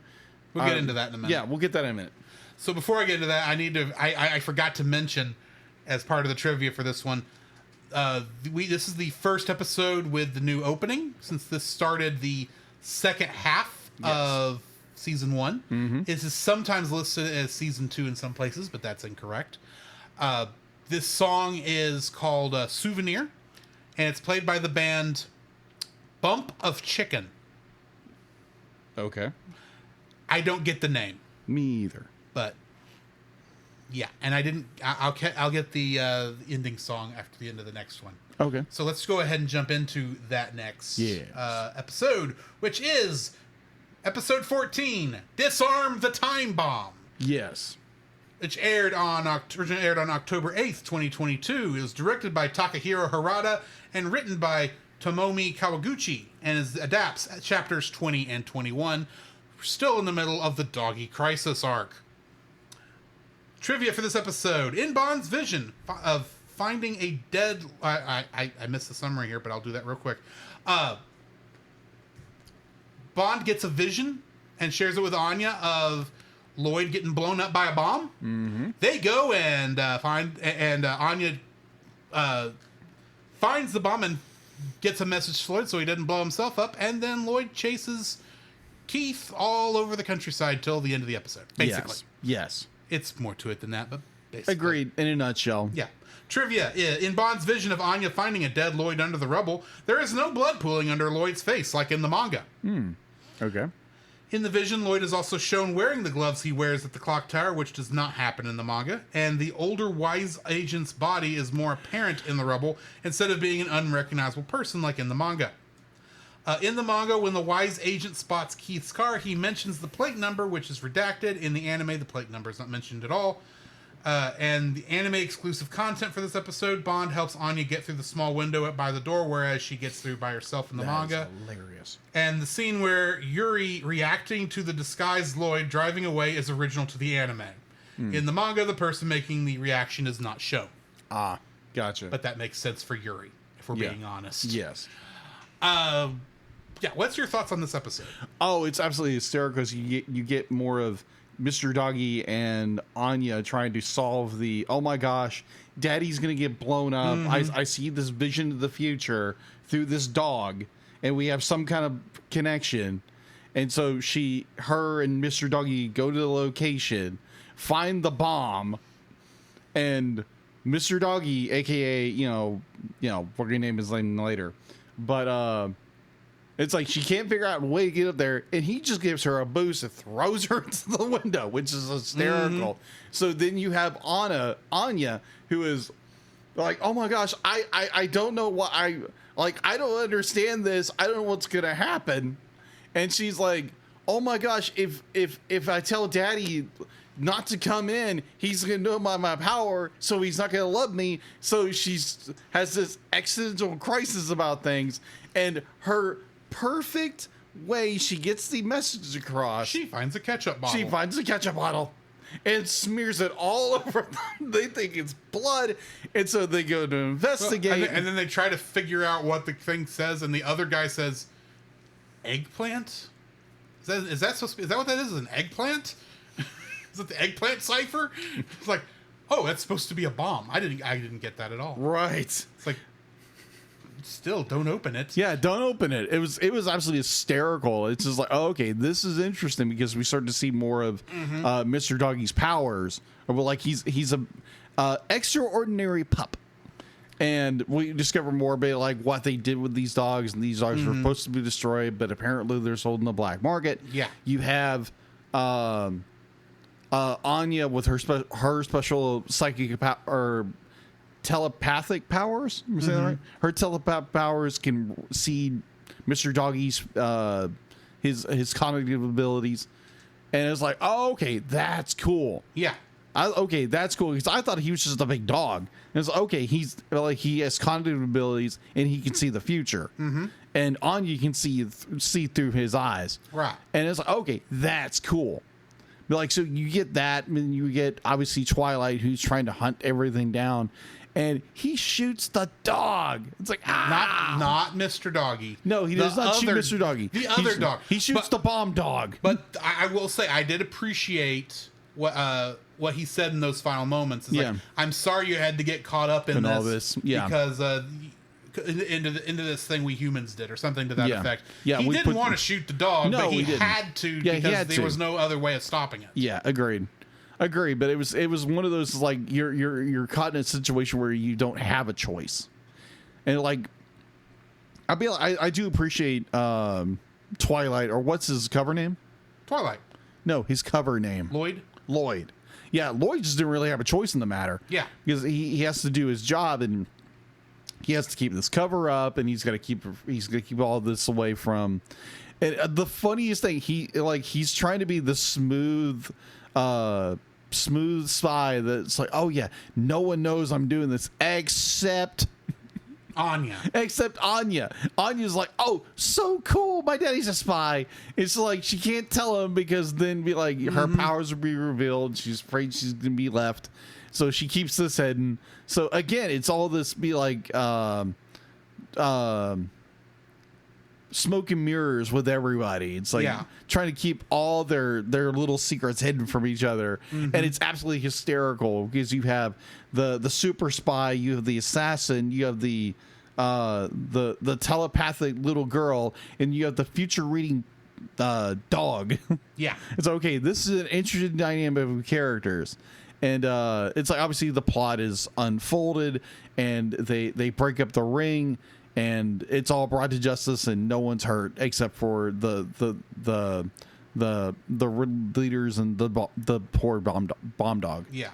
But overall, I thoroughly enjoy this episode, because you get Anya with her big white fluffy dog, which is hysterical. Because you be like, oh my gosh, this dog's going to tear somebody up. I think in the first episode, he's like, he gets scared. Mr. Doggy is, I think he would defend, but he's a big softie. Yeah, he's a big softie, like most big dogs are. It's like, it's a roof or roof, roof, roof. Well, yeah, it's a bork. Borf. Yeah, borf, borf, borf, borf. In the original Japanese, it's more of a borf. Borf. It's like it's a bark, but it's very deep and. Oh yeah, yeah. So kind of he's a part of the reason in the Japanese version she uses the more adult honorific, because I think there it's like something closer to like doggy-san, or it's she actually intentionally uses a term for respect because she recognizes he's an older dog. Yeah. Here, she just calls him Mr. Doggy because that's what kids do. Yeah. So the funny thing is, so my brother and his wife, they moved out to a very recluse location, and I'm pretty sure they don't want me telling people where they live. I didn't figure. I wasn't going to say it. I know. I kind of know where it is, but I don't know where it is. Yeah. I'll tell you later. I don't need to know where it is. But so the funny thing was, so they live in the middle of this pasture in the middle of nowhere, and so their next door neighbor, who next I think to Eustace and Muriel Bag and Courage the Cowardly Dog, something like that. So you don't even get my reference. No, I don't get your reference. Courage the Cowardly Dog. Yes, I'm the purple dog. They live in the middle of nowhere. Okay, didn't know that. Sorry, continue. No, you're good. So they'd be like, their neighbors have goats or I think it's goats. They have goats, and all be like, you walk up here, bork, bork, bork, bork, because they have a what is that? The big white dog. What Mr. Like Doggy is. Great Pyrenees. Yeah, they have a Great Pyrenees as a guard dog, and all here's a bork, bork, bork, bork. So we made that joke the entire day. It was like bork, bork, bork. It's like, oh, there's the dog, bork, bork, bork. So yeah, I get it. I've seen this kind of dog. Be like, they are very friendly. They're sheepdogs. That's what they do. They're sheepdogs. Yeah, they're very friendly. You just don't go near what they're doing because they will eat you. Yeah, or just pounce on you and kill you. The ending thing, I did go ahead and look this up. Okay, is the name of it is Color, and it's sung by Yama. Okay, cool. It's a nice, interesting song. At the end, but either way, nice.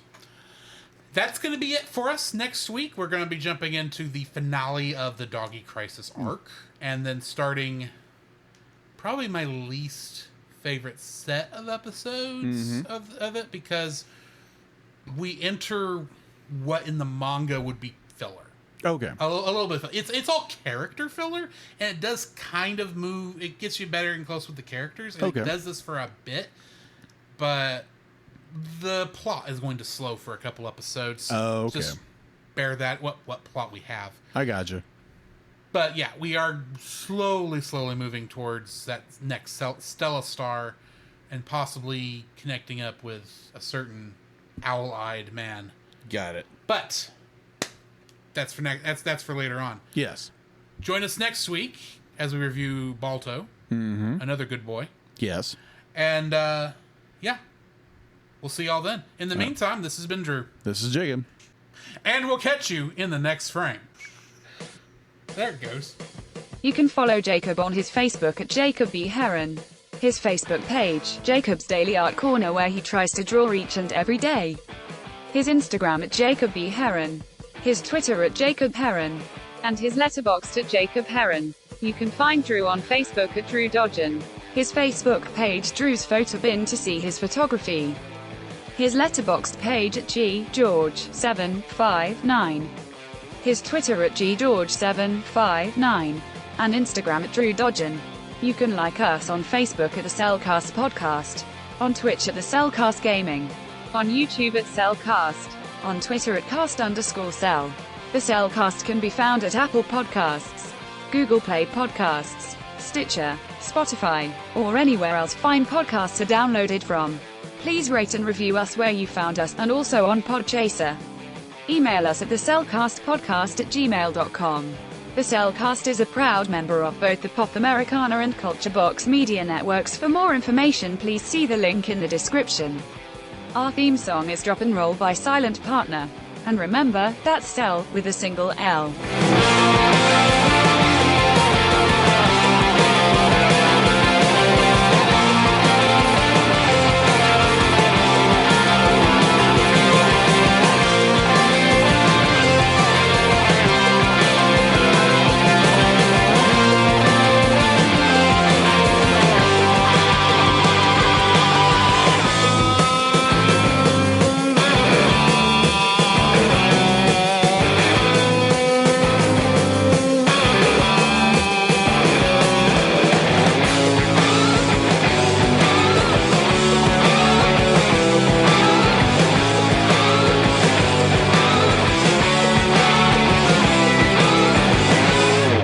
Well, barf this vacation. I'm going back to summer school. Doggy! It's better than kitty! Exactly.